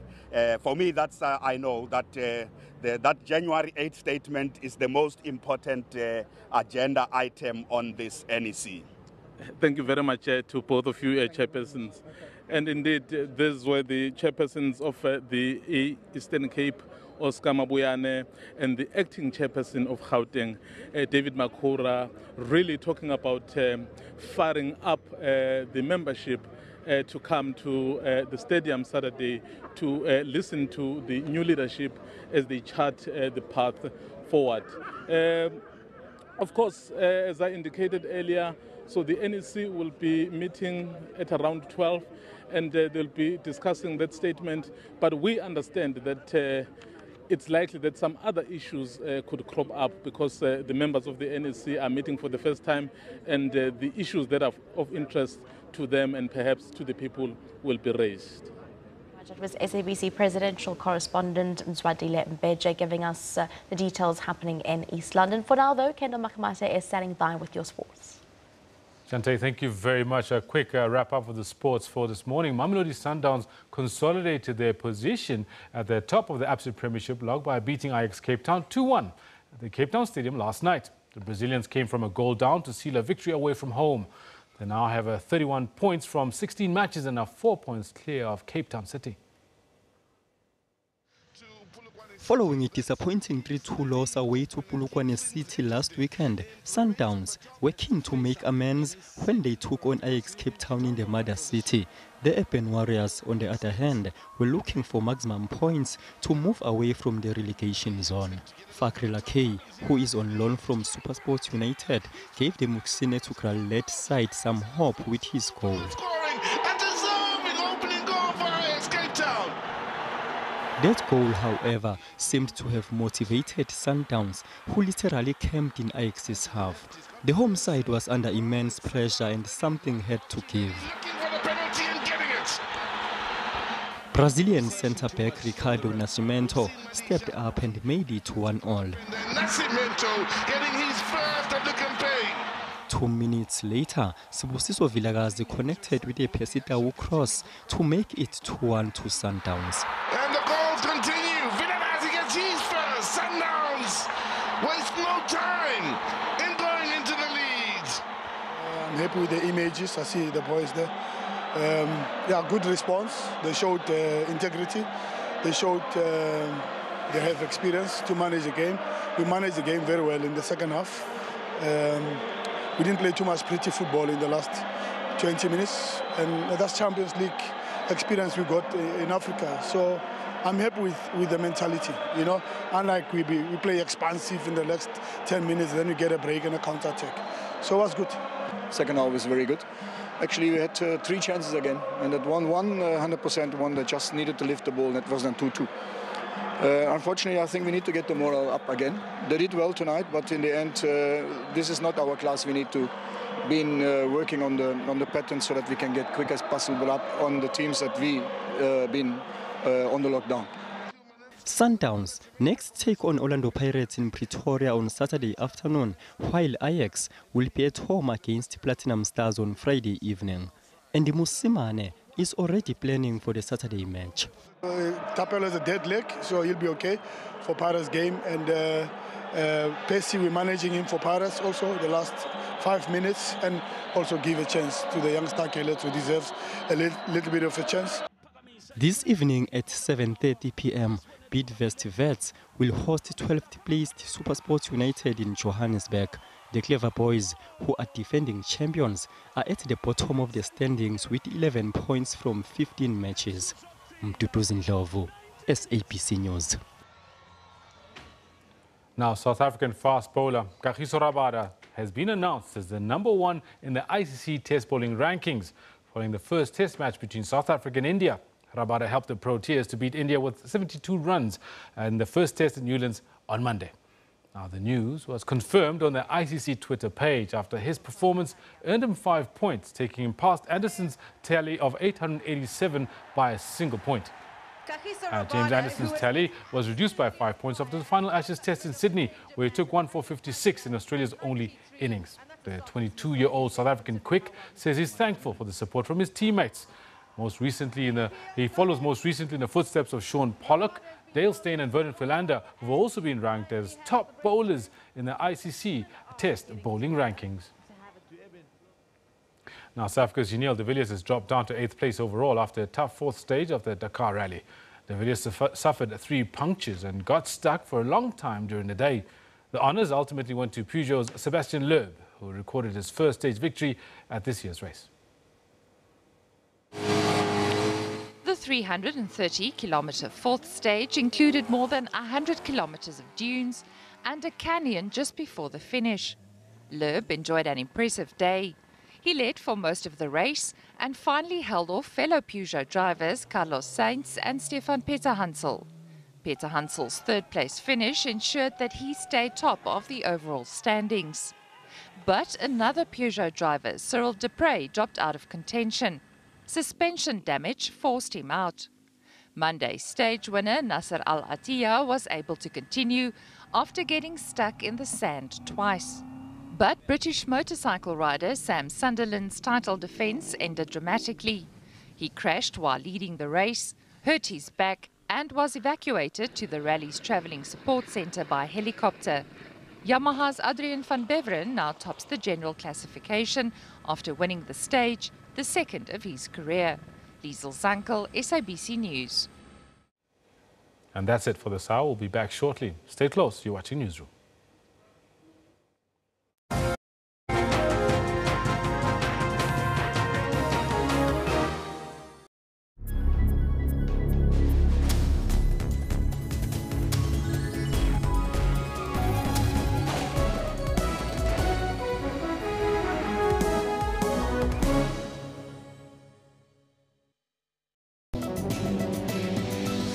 Well, today we discuss the general practitioner or GP. So the quality of the doctors coming through our medical schools is excellent.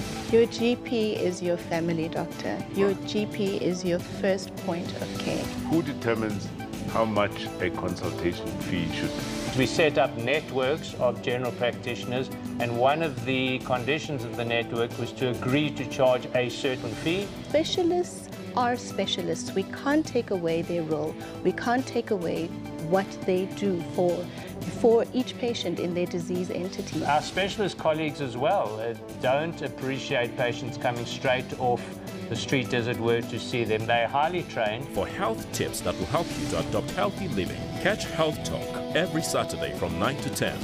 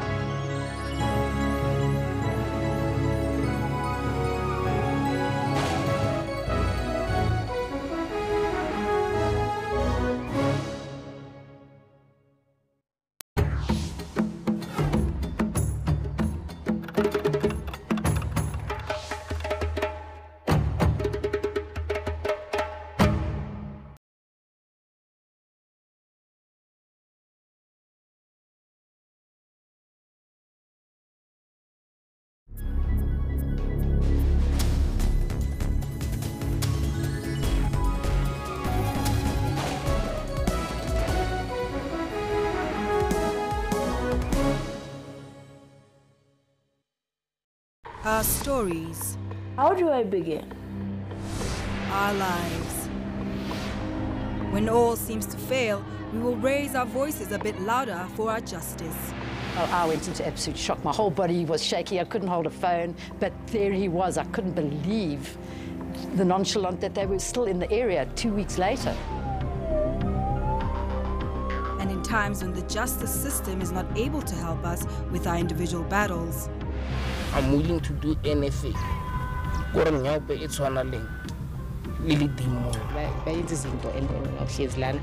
you doing? Nothing. Feeling sorry for yourself? No, it's not an option. These are our stories on Cutting Edge Channel 404. We take an in-depth look of all your stories of the day across the world. Last month, Mkhwebane said that the bank had failed in its duties to protect the public by not ensuring that ABSA repaid an apartheid-era bailout given to the failed bank, Bancorp. The rand fell nearly 2% on her remarks. My effort, in my opinion, is going to be to build a Zimbabwe that I believe in, as opposed to remaking a Zimbabwe of the past that I cannot do anyway. So I'm absolutely clear on this. We need to start showing more commitment by government that they are committed to working with business, and therefore that should start to stimulate confidence, and with confidence comes investment, and with investment hopefully comes growth. Stay tuned to Primetime News every day for 18 hours. A lot of us rely on tech to survive, and Africa is already a mobile-first continent.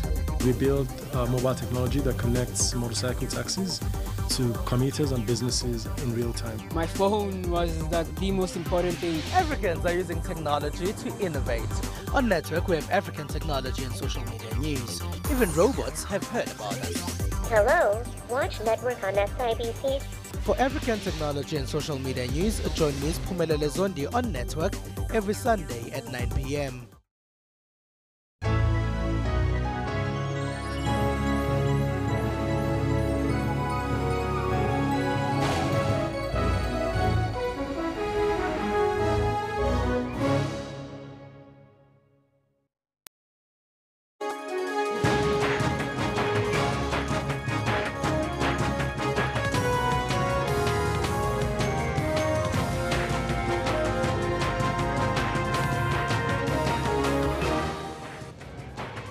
Welcome to Newsroom. I'm Shante Yankee. So the ANC-NEC meeting is expected to kick off at midday in East London today. For the latest, we are joined by SABC presidential correspondent Mzwadile Mbeje. Over to you, Mzwadile. We continue, Chantel, with our rolling coverage of the ANC activities here in East London. As you have correctly mentioned, at 12, the NEC will kick off. But with me, I'm with the president of COSATU, who is here, just to get the perspective of COSATU with regards to this new ANC. Mr. Dlamini, the ANC has elected the new leadership. And as COSATU, you had certain views. What's your take right now that we have the new leadership in place? Yes, indeed, Mr. Mbenje, having congratulated the African National Congress at its 54th National Conference in electing this new National Executive Committee and the leadership led by the President Cyril Ramaphosa. We are looking forward to this meeting and hoping that they will deliver a very successful outcome, in particular as it to do with the January 8th statement, which is the line of march that the whole country has got to listen to understand what the ANC is looking forward to do with regards to the main issues, land, the labor brokers, the issues around unemployment, poverty, inequalities. So we're looking forward to a successful NEC of the ANC. Coincidentally, you are the member of the NEC. What can we expect, you as you are meeting for the first time perhaps to discuss other than the statement?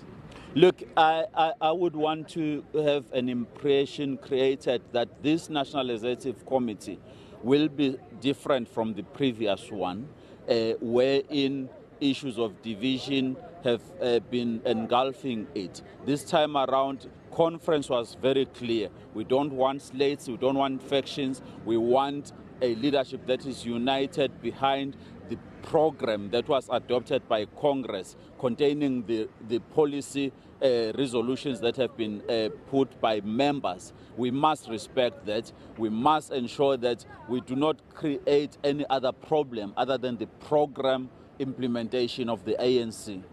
There is an issue that people have been speaking about, the issue of the two centers of power. So is it likely to come up in this meeting? Well, I don't know what the agenda is for this meeting. We'll see when we're inside what the agenda is, so I can't answer that question. Thank you very much, Mr. Dlamini. Thank you. That was Stumo Dlamini, the president of COSATU, and he is also the NEC member. He was one of those elected at the meeting in Nasrec last month. Chantel? Indeed, that was SABC presidential correspondent Mzwadile Mbeje giving us the details with regards to what we can expect of the first ANC-NEC committee meeting, which is going to be taking place in just a bit today. Well, Parliament's subcommittee on the review of the rules is currently meeting. This is in response to the Court order to put a process in place for impeachment of the president.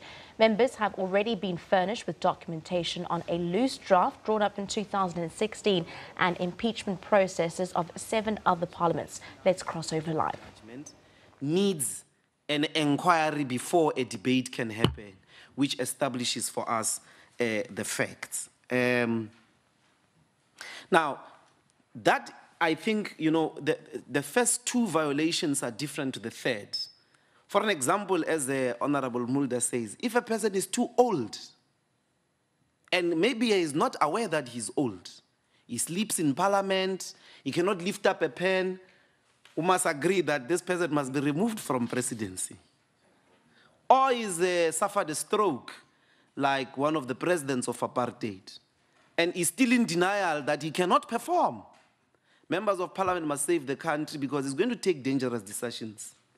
Or there is a psychiatric report that this guy or this lady has gone mad or has suffered some psychological, he can no longer be rational, and so on and so forth. That's why on the last why I think you can't take all the benefits because it's capacity, as it were. So that would be my my interpretation, or it's not even an interpretation, it's very clear in the majority judgment. That's what we are called to do. Even if there would be a court judgment, I remember in the interrogation what the Chief Justice was struggling with is, he says, for instance, okay, if we find that the president has indeed committed murder, and then we do not take him to prison, don't you think that's a serious violation? I may think so, but they must still, Parliament must still go subject itself as long as you don't send him to prison.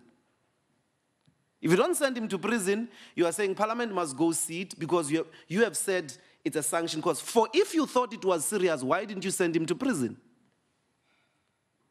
So for as long as they don't send the president to prison, we have to have our own satisfactory inquiry as a separate arm of the state. That is at least what my interpretation is. Thank you.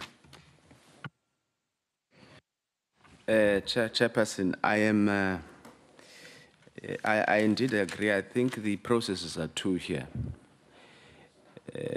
Because remember, we're a parliament, we're not a court of law, so this would still be largely political to a large extent, this process. It's the seriousness of the issue, because you are talking about a violation of the Constitution where we need to have a process that ensures that the president accounts fully to Parliament about his mistakes. I mean, for example, if you have a situation where the president has done something, you can't impose criminal penalties as Parliament, right? The courts of law would do that. But I think what Honorable Steenhuisen is saying, which we agree with fully, is that firstly there must be that political process internally in Parliament to say how do we table a motion in terms of Section 89 of the Constitution and have that and outline that parliamentary process. But at the same time to say that there might be instances or few incidents like the where there was a constitutional court judgment. How do we also process that internally to arrive at a similar or more or less the same outcome? But I think I was chuckling here when I heard Honorable Ndlozi saying that we should invoke the idea alteram partem principle for the president so that he can come and explain his side of the story. And I agree with him fully. I wasn't chuckling because he made that point, but it reminded me of the SABC inquiry where we were saying exactly the same point about Claudi. I think it's important that we apply it across the board and consistently in future. So I think that's how we need to apply our minds to these things. I think these are impeachable offenses. Even though they are highlighted in the Constitution, we can't expect the very same sections to explain serious violation to us. That is what this process must do. And while Advocate Jenkins was speaking at the beginning, right, when he was providing his analysis, I thought it's one of the issues that he was going to touch on because he said he was going to return to it later. I don't know whether it's later today or at some other time in future. I don't know. Thank you, Chair.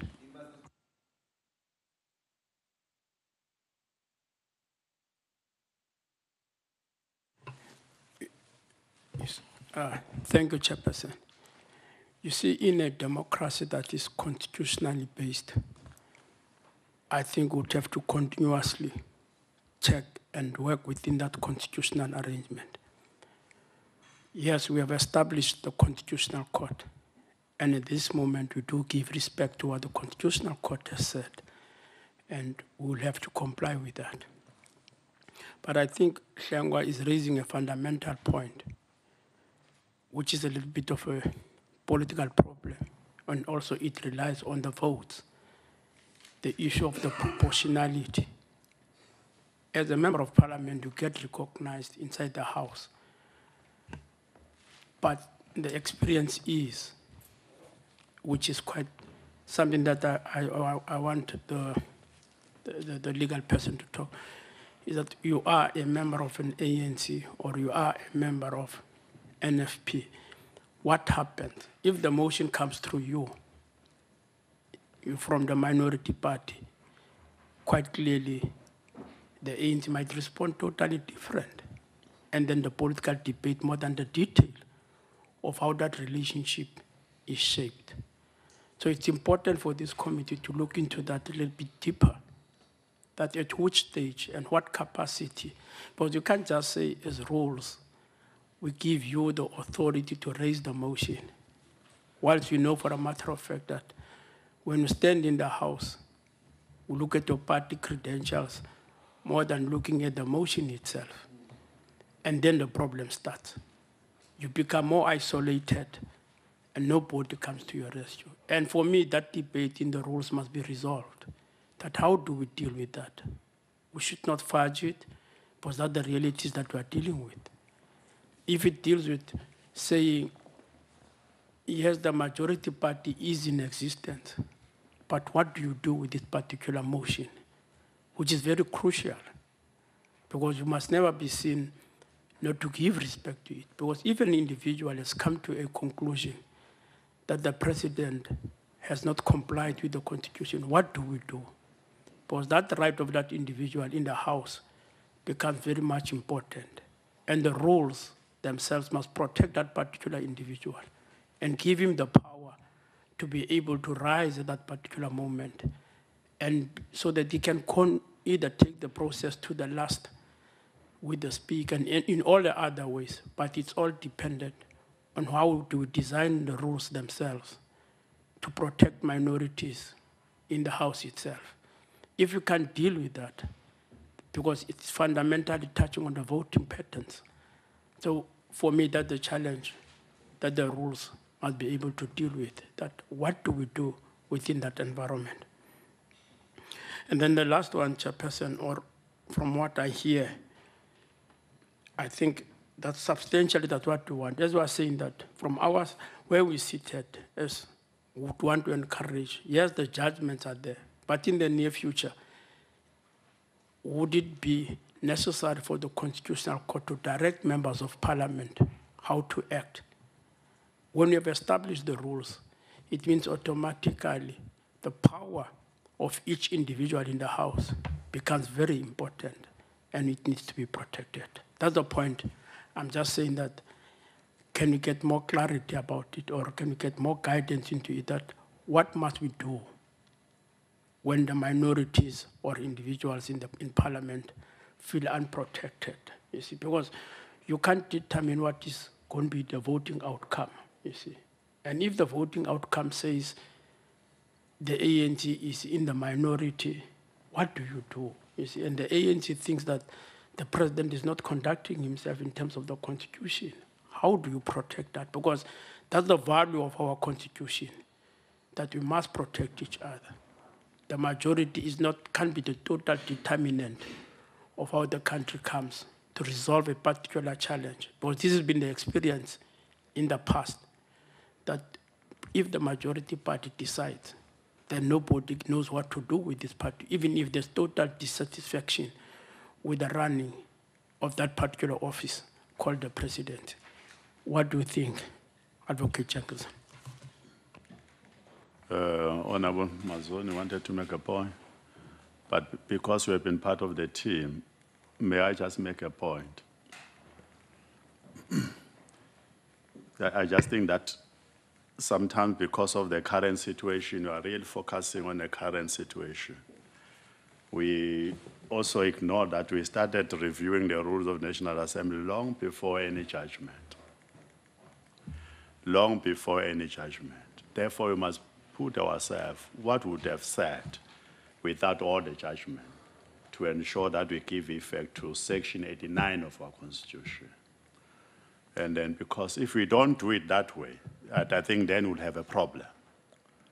And I think we must try our level best to do so, because we are setting the rules, formulating the rules, surely for future generations, for future parliaments, and therefore, because it seems now really we are almost like we are in impeachment. We are just regulating it and ensure that we give effect to 89 of the Section 89. The point as made by Honorable Melda. Let us do it that way. And then, because once we take ourselves to a current situation, surely we are not going to draft what we in fact would have drafted long time ago, before all the judgment were in fact were given on that, because we are working on it already. And then that's why then there are proposals that are put forward for your consideration. Maybe after Honorable Mazoni, we should allow then Honorable Jenkins again to make a general comment on some of the issues that are raised. And we go to proposal, because many of you already are touching on proposals. And then once we go to proposal, then we can then have a discussion on some of the issues on that.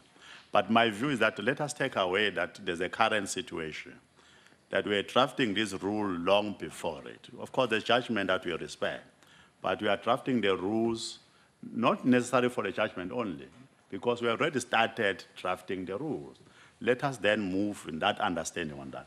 Otherwise, again, we subject ourselves really on the issue that Honorable Melder was raising, the question of seriousness, and all the issue that was raised in there. I think that is very valid on that. Mazon, you want to take a platform? Chair, thanks. Chair, I've been on the subcommittee since 2014, and in 2014 we first started debating how we would give effect to Rule 89. The problem is that we stopped debating it before we should have. We should have continued the debate, and that's why we faced with the problem that we faced with now.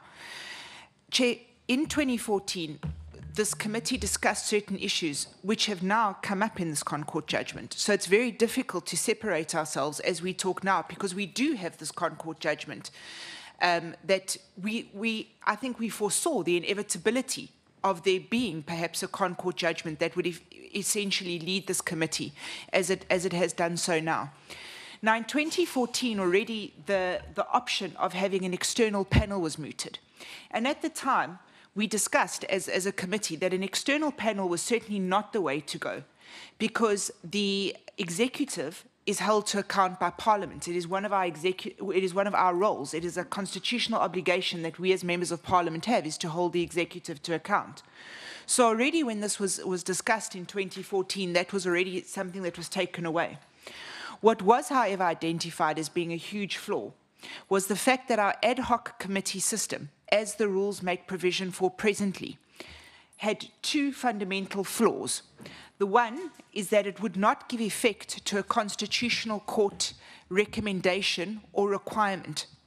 So we had to come up with a committee that would give effect to the constitutional court requirement or mandate given to Parliament. And this is why we sit in the position we do now. We now have the Concord telling us you have to make a committee that gives effect to our recommendations and to our requirements. So that was the first conundrum, which we knew would come up. The second was the fact that Parliament in a ad hoc committee, or in a committee that would have to be established to give effect to 89, could not create law on the fly. That wasn't the role of this committee. The role of this committee would not be to create a law. It would be to give effect to a problem that existed within Parliament. So in other words, what we were looking at, and we looked extensively at things such as what happens in the United States of America, where they call a congressional hearing, for example. And their judicial commission then sits with a group of senators who act as a jury, and the president comes before them. An interesting fact is that over 60 possible impeachments have come before the American Senate since 1813, and only a third of them have actually ever seen it come to actual trial, with 2 American presidents being impeached in that period. So we can see that it's even in very mature democracies that have gone through this process numerous times, there are challenges and impediments as they come along. And what we must realize with these rules, and that's why it's problematic that we didn't continue with the drafting of these rules as a subcommittee, is that these rules are not static.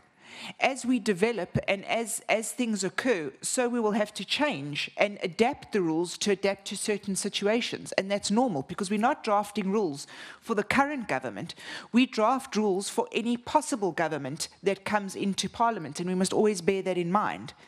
But Chair, I think where we're deviating now and where we possibly are straying is, as Honourable Steenhuisen and Honourable Kwankwa and Honourable Klenga and Honourable Boy and the Dr. Dr. Ndlozi sitting opposite me have said, is that until we have a fundamental understanding of what would constitute a serious offence, we actually can't go further to discuss what kind of committee could look at that offence, because we first have to understand what the context of a serious breach is. And that was also viewed, and in 2014 we were saying at that time, how do we establish what a serious breach is? It's the same thing as gross abuse or gross misconduct. We have to, as a committee, accept that this is one of the very tough challenges that we face, is to define what serious breach, gross misconduct. We have to define these things in our rules. And we can't expect the National Assembly table to make these decisions on our behalf in the House, because we've already seen through various court actions what happens when we expect the NA table to take these decisions on our behalf. But Chair, fundamentally, one of the reasons that the very first rule that we changed as a subcommittee was we added the word, the Speaker of the House must act in an impartial fashion. Because if the Speaker of the House is not 100% impartial, you land up with a Mazibuko versus Speaker of Parliament scenario, where an opposition party, or even for that matter, someone from the governing party, might feel that the Speaker has acted in a way that is not independent and fair to the House. So in all of this, we must remember fundamentally, we saw this problem coming, and that's why we said that the Speaker must act in a completely impartial manner. Because as Advocate Jenkins said, what happens in a case where it gets brought before the Speaker and the Speaker says, well, actually, I don't think this is a problem. And I loved what Honourable Klengwa said when he said, and then the committee is told to go and jump. Because let's be honest, that can happen if the Speaker is not completely 100% impartial. And Chair, my last comment on all of this is, when we draft these rules, part of what we draft must make sure that the rules of Parliament protect us from the majority of Parliament ever holding the power to disregard the opposition parties in any way, shape or form. That's why we have rules of Parliament. It's to protect from absolute power projecting onto Parliament absolutely. Thank you, Chair.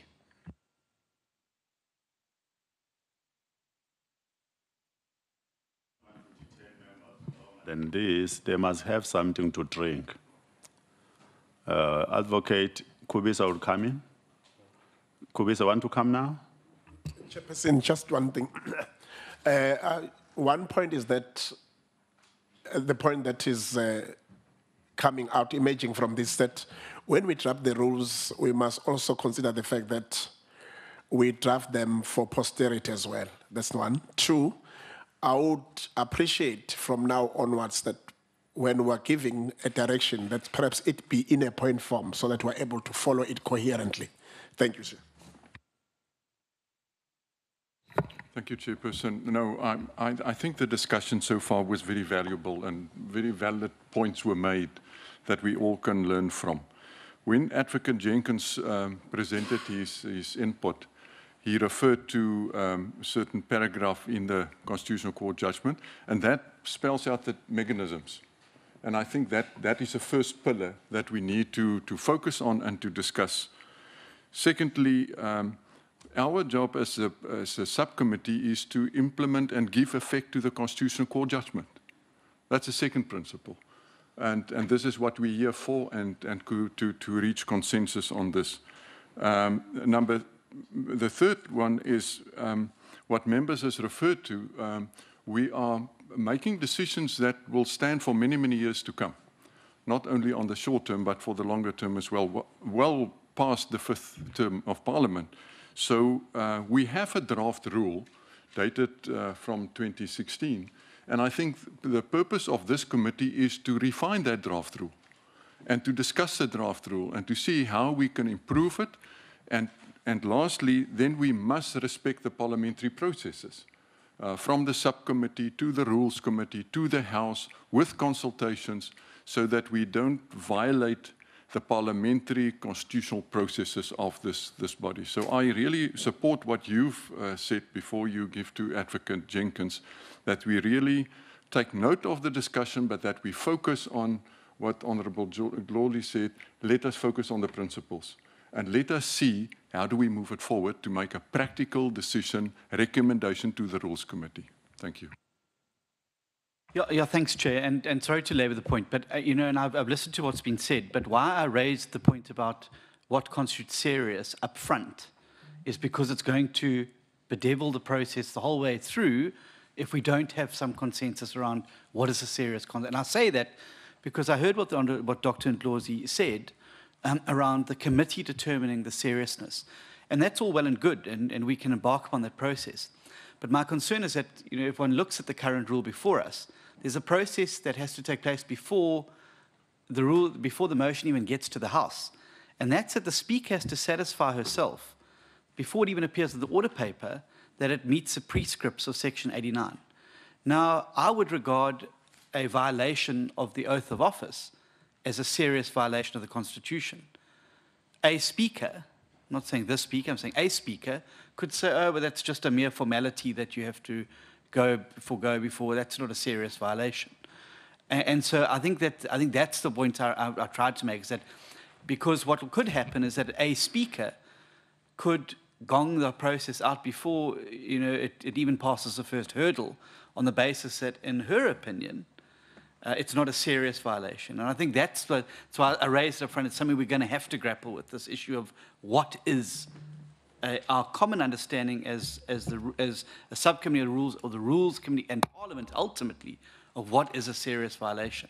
Otherwise, we're going to end up with skirmishes the whole way down the process, because, you know, what I regard as a serious violation of the Constitution could simply be dismissed as, no, it doesn't meet the prescripts of 89.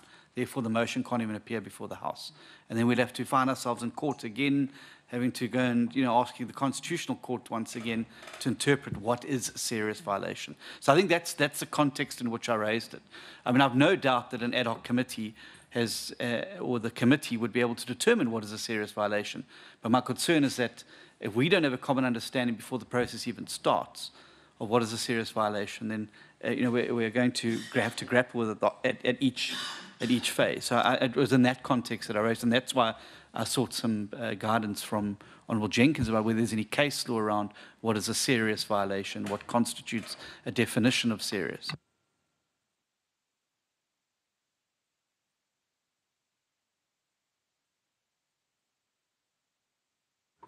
Thank you very much, Chairperson. I think to address the questions, I think there's a lot of similarities between the questions. And yes, I said I'll come back to the issue of seriousness without delay, and I'm going to come back to that now, and I'm kind of happy that I left it for members to give input before I put my head on the block for this matter. The issue of seriousness, whether it's defined or not, where does it fit in the process, is critical and it's crucial. It's the crux of the matter for me. I think if we deal with it in a process way of a member bringing the motion, or, as Honourable Steenhuisen said, what if the Concord makes a finding that there's been a violation of the Constitution and no member brings a motion?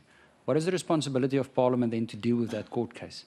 As I said in my initial input, I think the court expects Parliament to do something even in that circumstance, to deal with that judgment, to say there's a judgment out there that says the President has breached the Constitution or a law, or is guilty of misconduct, or is incapable of performing the function, and then the Section 89 procedure must kick in.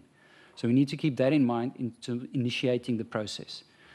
Then when the process starts, the first point of call is, of course, the predetermination of whether one of those three grounds exists. And I think the focus is more on A and B rather than C. A and B being the misconduct, that's B. C being the violation of law or the Constitution, which must be serious. First of all, I would agree with Dr. Ndlozi that it would be overstepping the judicial function to actually make a finding to say this is serious and therefore Parliament must take notice. Section 89 says to determine whether it's serious and the court case together is a function of Parliament. It's not a function of the court. The court, in terms of section, I think it's 167, must make a finding whether there has been a breach of the Constitution. And if there's a breach, it must declare that action or law invalid. Well, not invalid, but to declare it unconstitutional, then it can make a just and equitable order. So it won't be for a court to say it's serious. Now, I don't have to go into the minority-majority disagreement on this point of what is serious and whether we can determine it. The minority had a different view. The majority says you need to determine it. I think what the majority had in mind is to say, write it down so that we can have a process that is removed from the political agenda at that point. So what is serious? That's going to be a very difficult question. For me, there's two ways of which we can approach it. One is to say the certain action is serious. Honourable Steenhuisen mentioned a breach of the oath of office. Honourable Mulder said, look at intent, look at the reason why it's there.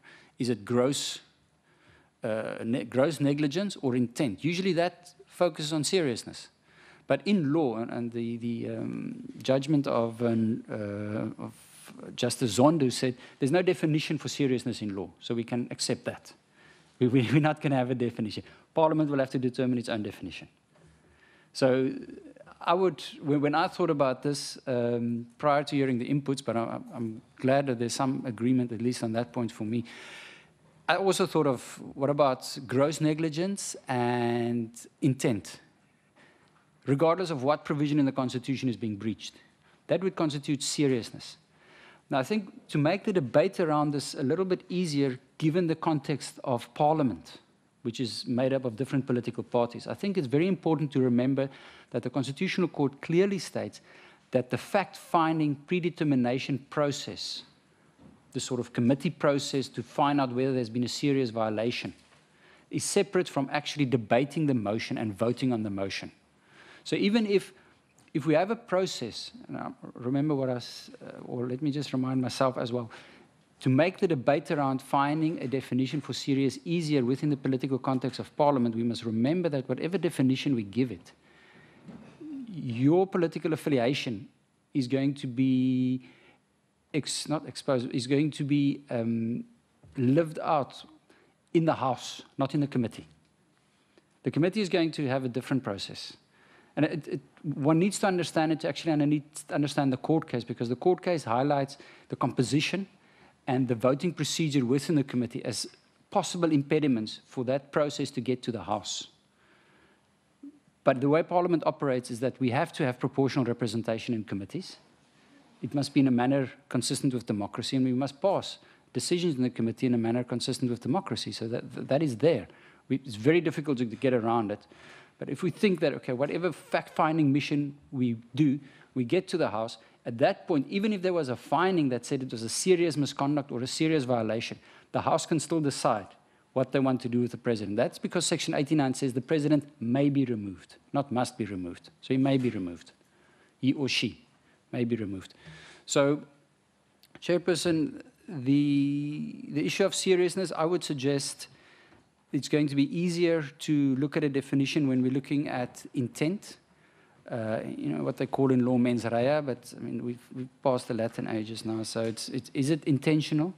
Was there gross negligent part of that? And to get to that point, certainly we'll have to allow the President to give input into the process.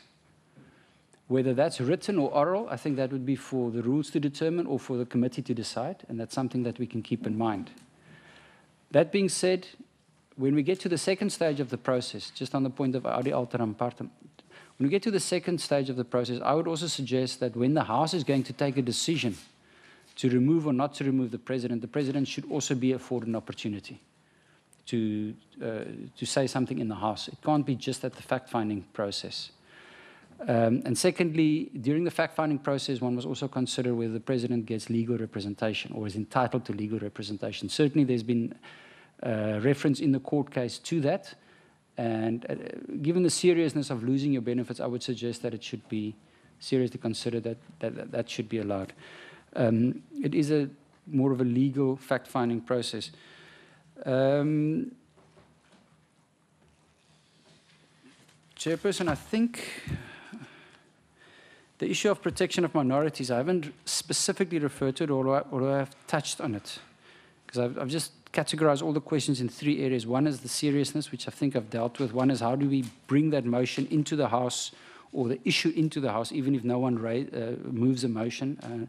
And the last thing is the protection of minorities. I think this was said in the context of what I said before, of the report of the committee or the whole issue not being debated in the House. Section 42 is very clear that National Assembly is there for public debate of national issues. So there must be a debate on this. It's not predetermined that because you have seriously violated the Constitution, you must be removed. I've said that already. But there must be a debate. So to deal with that, the rules must make it clear that whatever is said, or let's assume that there's going to be different views within a fact-finding mission or within the committee process, even at that stage. I'm saying that because I think most people will look with the eye onto the future. You do what you do today, you've got your eye on the future. So you know there's going to be a debate in the House. I'm not going to sit here in a committee and agree that there was a serious violation. I'm going to try and shield my president. Let's just take that for example. So let's assume that there will be different views within the committee. I think the rules must spell out, like with the case of legislation, that the committee can also then record minority views. Something in that line. But what it would be necessary is that you give that protection to minorities, as Honourable Zoni has said. I mean, the court expects that to happen. It cannot be that the minorities and their views are disregarded in this process. So, again, the rules there must, we have some examples in our rules of how to get a report with different views out there. I suggest we look at that again in the report. And then, obviously, the rules of debate needs to take that into consideration as well. Chairperson, let me leave it at that point for now. Thanks. Thank you very much, Honourable Ndlozi. Chair, two things quickly, which I think are very clear in the majority judgment. So I'm going to read it. What Justice Jafta does is to mention Section 89. And this is an important point we must be absolutely and crystally clear about. This provision empowers the Assembly, and the Assembly alone, to remove the President from office. He quotes Section 89, and he says, this provision empowers the Assembly, and the Assembly alone, to remove the President from office. The drafters of the Constitution were alive to the fact that the need to remove a sitting President from office may arise. Hence, this section allocates that power to the Assembly, presumably because it's the Assembly that elects the President. It is only fitting that the same body should have the power to remove the person elected from office. Then he says, the impeachment process, for the impeachment process to commence, the Assembly must have determined that one of the listed grounds exists. This is so because grounds constitute conditions for the President's removal. A removal of the President where none of these grounds is established would not be a removal contemplated in this section. Equally, a process for removal of the President where none of those grounds exist would amount to a process not authorized by the section. I will jump, so I'm reading from 173 of the judgment downward. These are important pages to establish where the power lies. So I want to answer some questions which we must be brave to admit. We must not think we can if the, okay, I'll get back to that just now. So another important line perhaps to state here is that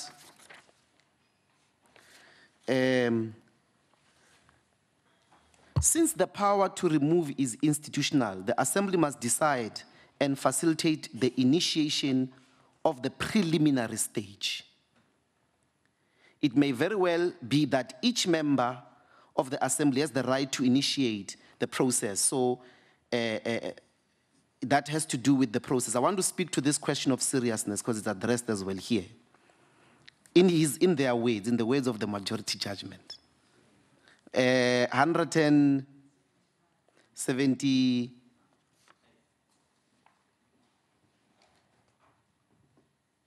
Yes, 77.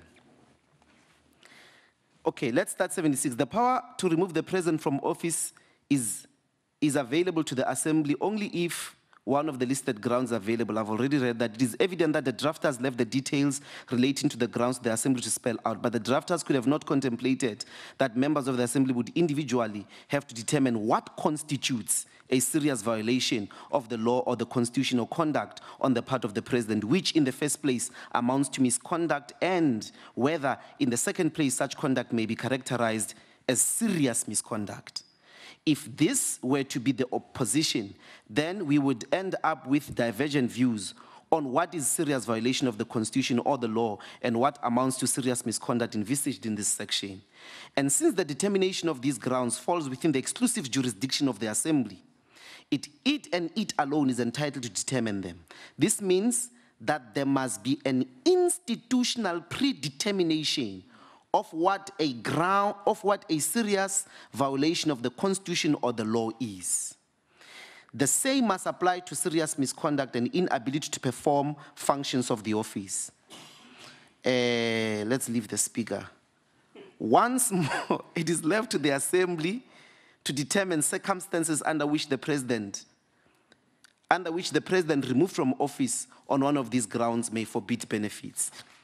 And then finally, honorable members, for the impeachment process to commence, the Assembly must determine that one of the listed grounds is established or exists. Now, so we have no option but to have our process. Even if there might be someone else out there who has a process, we are suspended. That we have to take the responsibility to have our own process. And according to this interpretation of the Constitution, or at least according to Section 89, whether we are second-guessing someone or not is no longer relevant. We must have our process. So you may as well say there's a court ruling. On the basis of the court ruling only, you can't remove the president on the basis of Section 89. You may on the basis of the motion of no confidence, but not on the basis of Section 89. So if there's a serious violation by the Constitution and we evoke Section 89, the Parliament is obliged to put that into a process. And part of the evidence that will be presented is precisely the court judgment. That here is the judgment, the president can also lead his legal evidence, and so on and so forth. So I wanted to clear that. The second point I want to clear is this minority what. In this institutional predetermination, is not majorities and minorities and what. The judgment is clear. One, it says on 194, JAFTA is dealing with this question of the ad hoc committee, including committees of parliament. In fact, if you read these sections from 194, 95, 96, he's outlawing. He says the committee process is not what is contemplated. The ad hoc committee process is not what is contemplated, and he gives reasons why. Because you can't arrive at facts by voting. You can arrive at what must be the punishment by voting. But the determination of facts doesn't need. We can't all of us agree by a majority that this is blue when it is red. Then we are not fit to be in this house, basically. Facts must be established. So Parliament must have its process. That's our first responsibility, is to establish how that process is going to be, and it cannot be on the basis of the committees that exist in our rules, including the ad hoc committee. Now, the reason why I was disagreeing, and I thought Advocate JAFTA will correct this, when he was reading the summary, JAFTA is the justice. What he read as the principles is the summary of the Chief Justice in a minority judgment. He is summarizing what he thinks are the principles on the basis of what Justice JAFTA's judgment says. No, that's not what we need. We can. That's what we have a space here to say what must be, and this is why there is no compromise or there is no textbook violation of separation of powers. What he's doing there by interpreting it that way is that he's trying to ground a wrong interpretation of the majority judgment. The majority judgment is not prescribing. It doesn't have prescriptions of this is how what the rule must say and it must follow. So we may as well come back to the initial conversation of having, that's why I was making an example about companies. But if you think companies are minority, as minority bodies in the society, the Judicial Service Commission, how does it impeach judges? And that could be the framework which we use. South Africa has already answered the question of impeachment. It's just it did in a different regime of the state. So we could look at the Judicial Service Commission Act and how judges are impeached.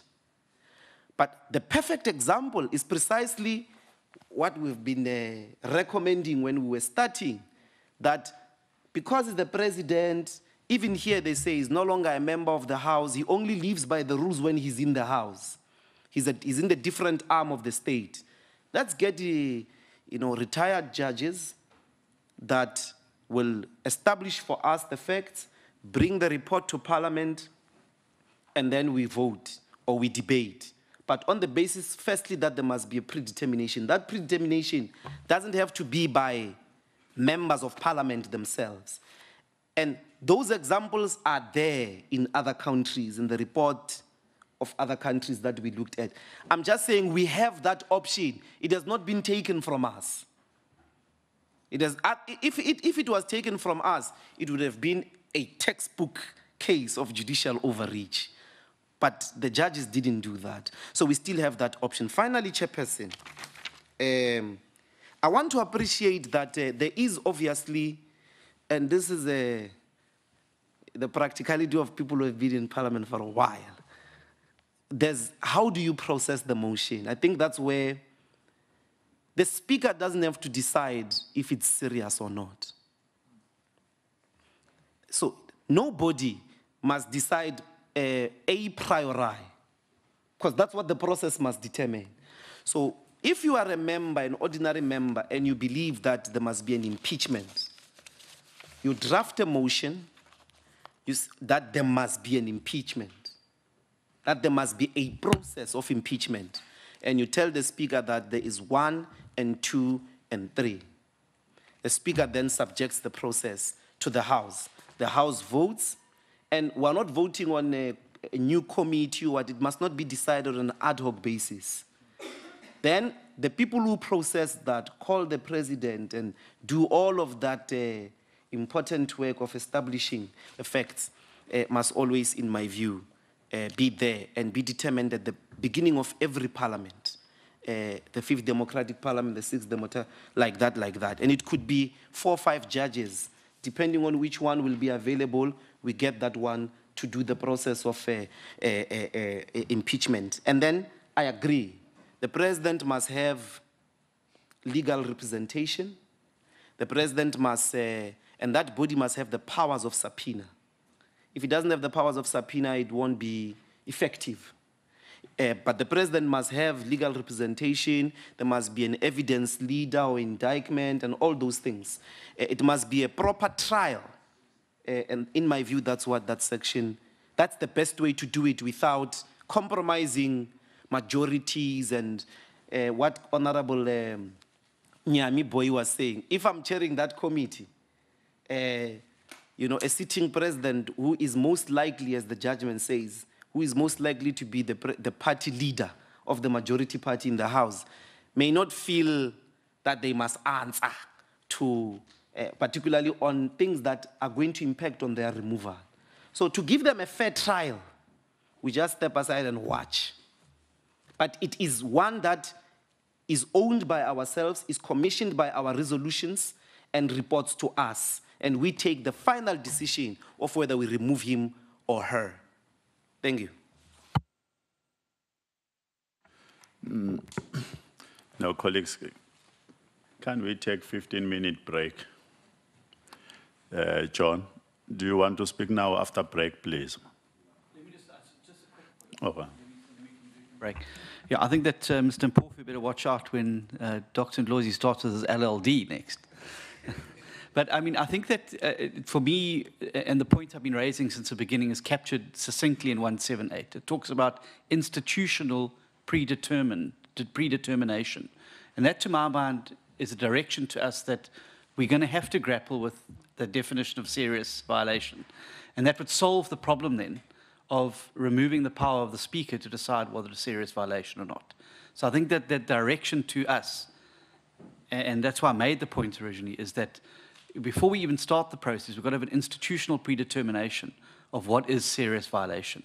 And until we grapple with that, we're not going to be able to get through the rest. So, because that's going to be the first hurdle. Just coming out of that subcommittee ruling on impeachment proceedings. That is a wrap-up of Newsroom this morning. Thank you very much for joining us. Myself and my team will see you again tomorrow at 9 a.m. Bye-bye.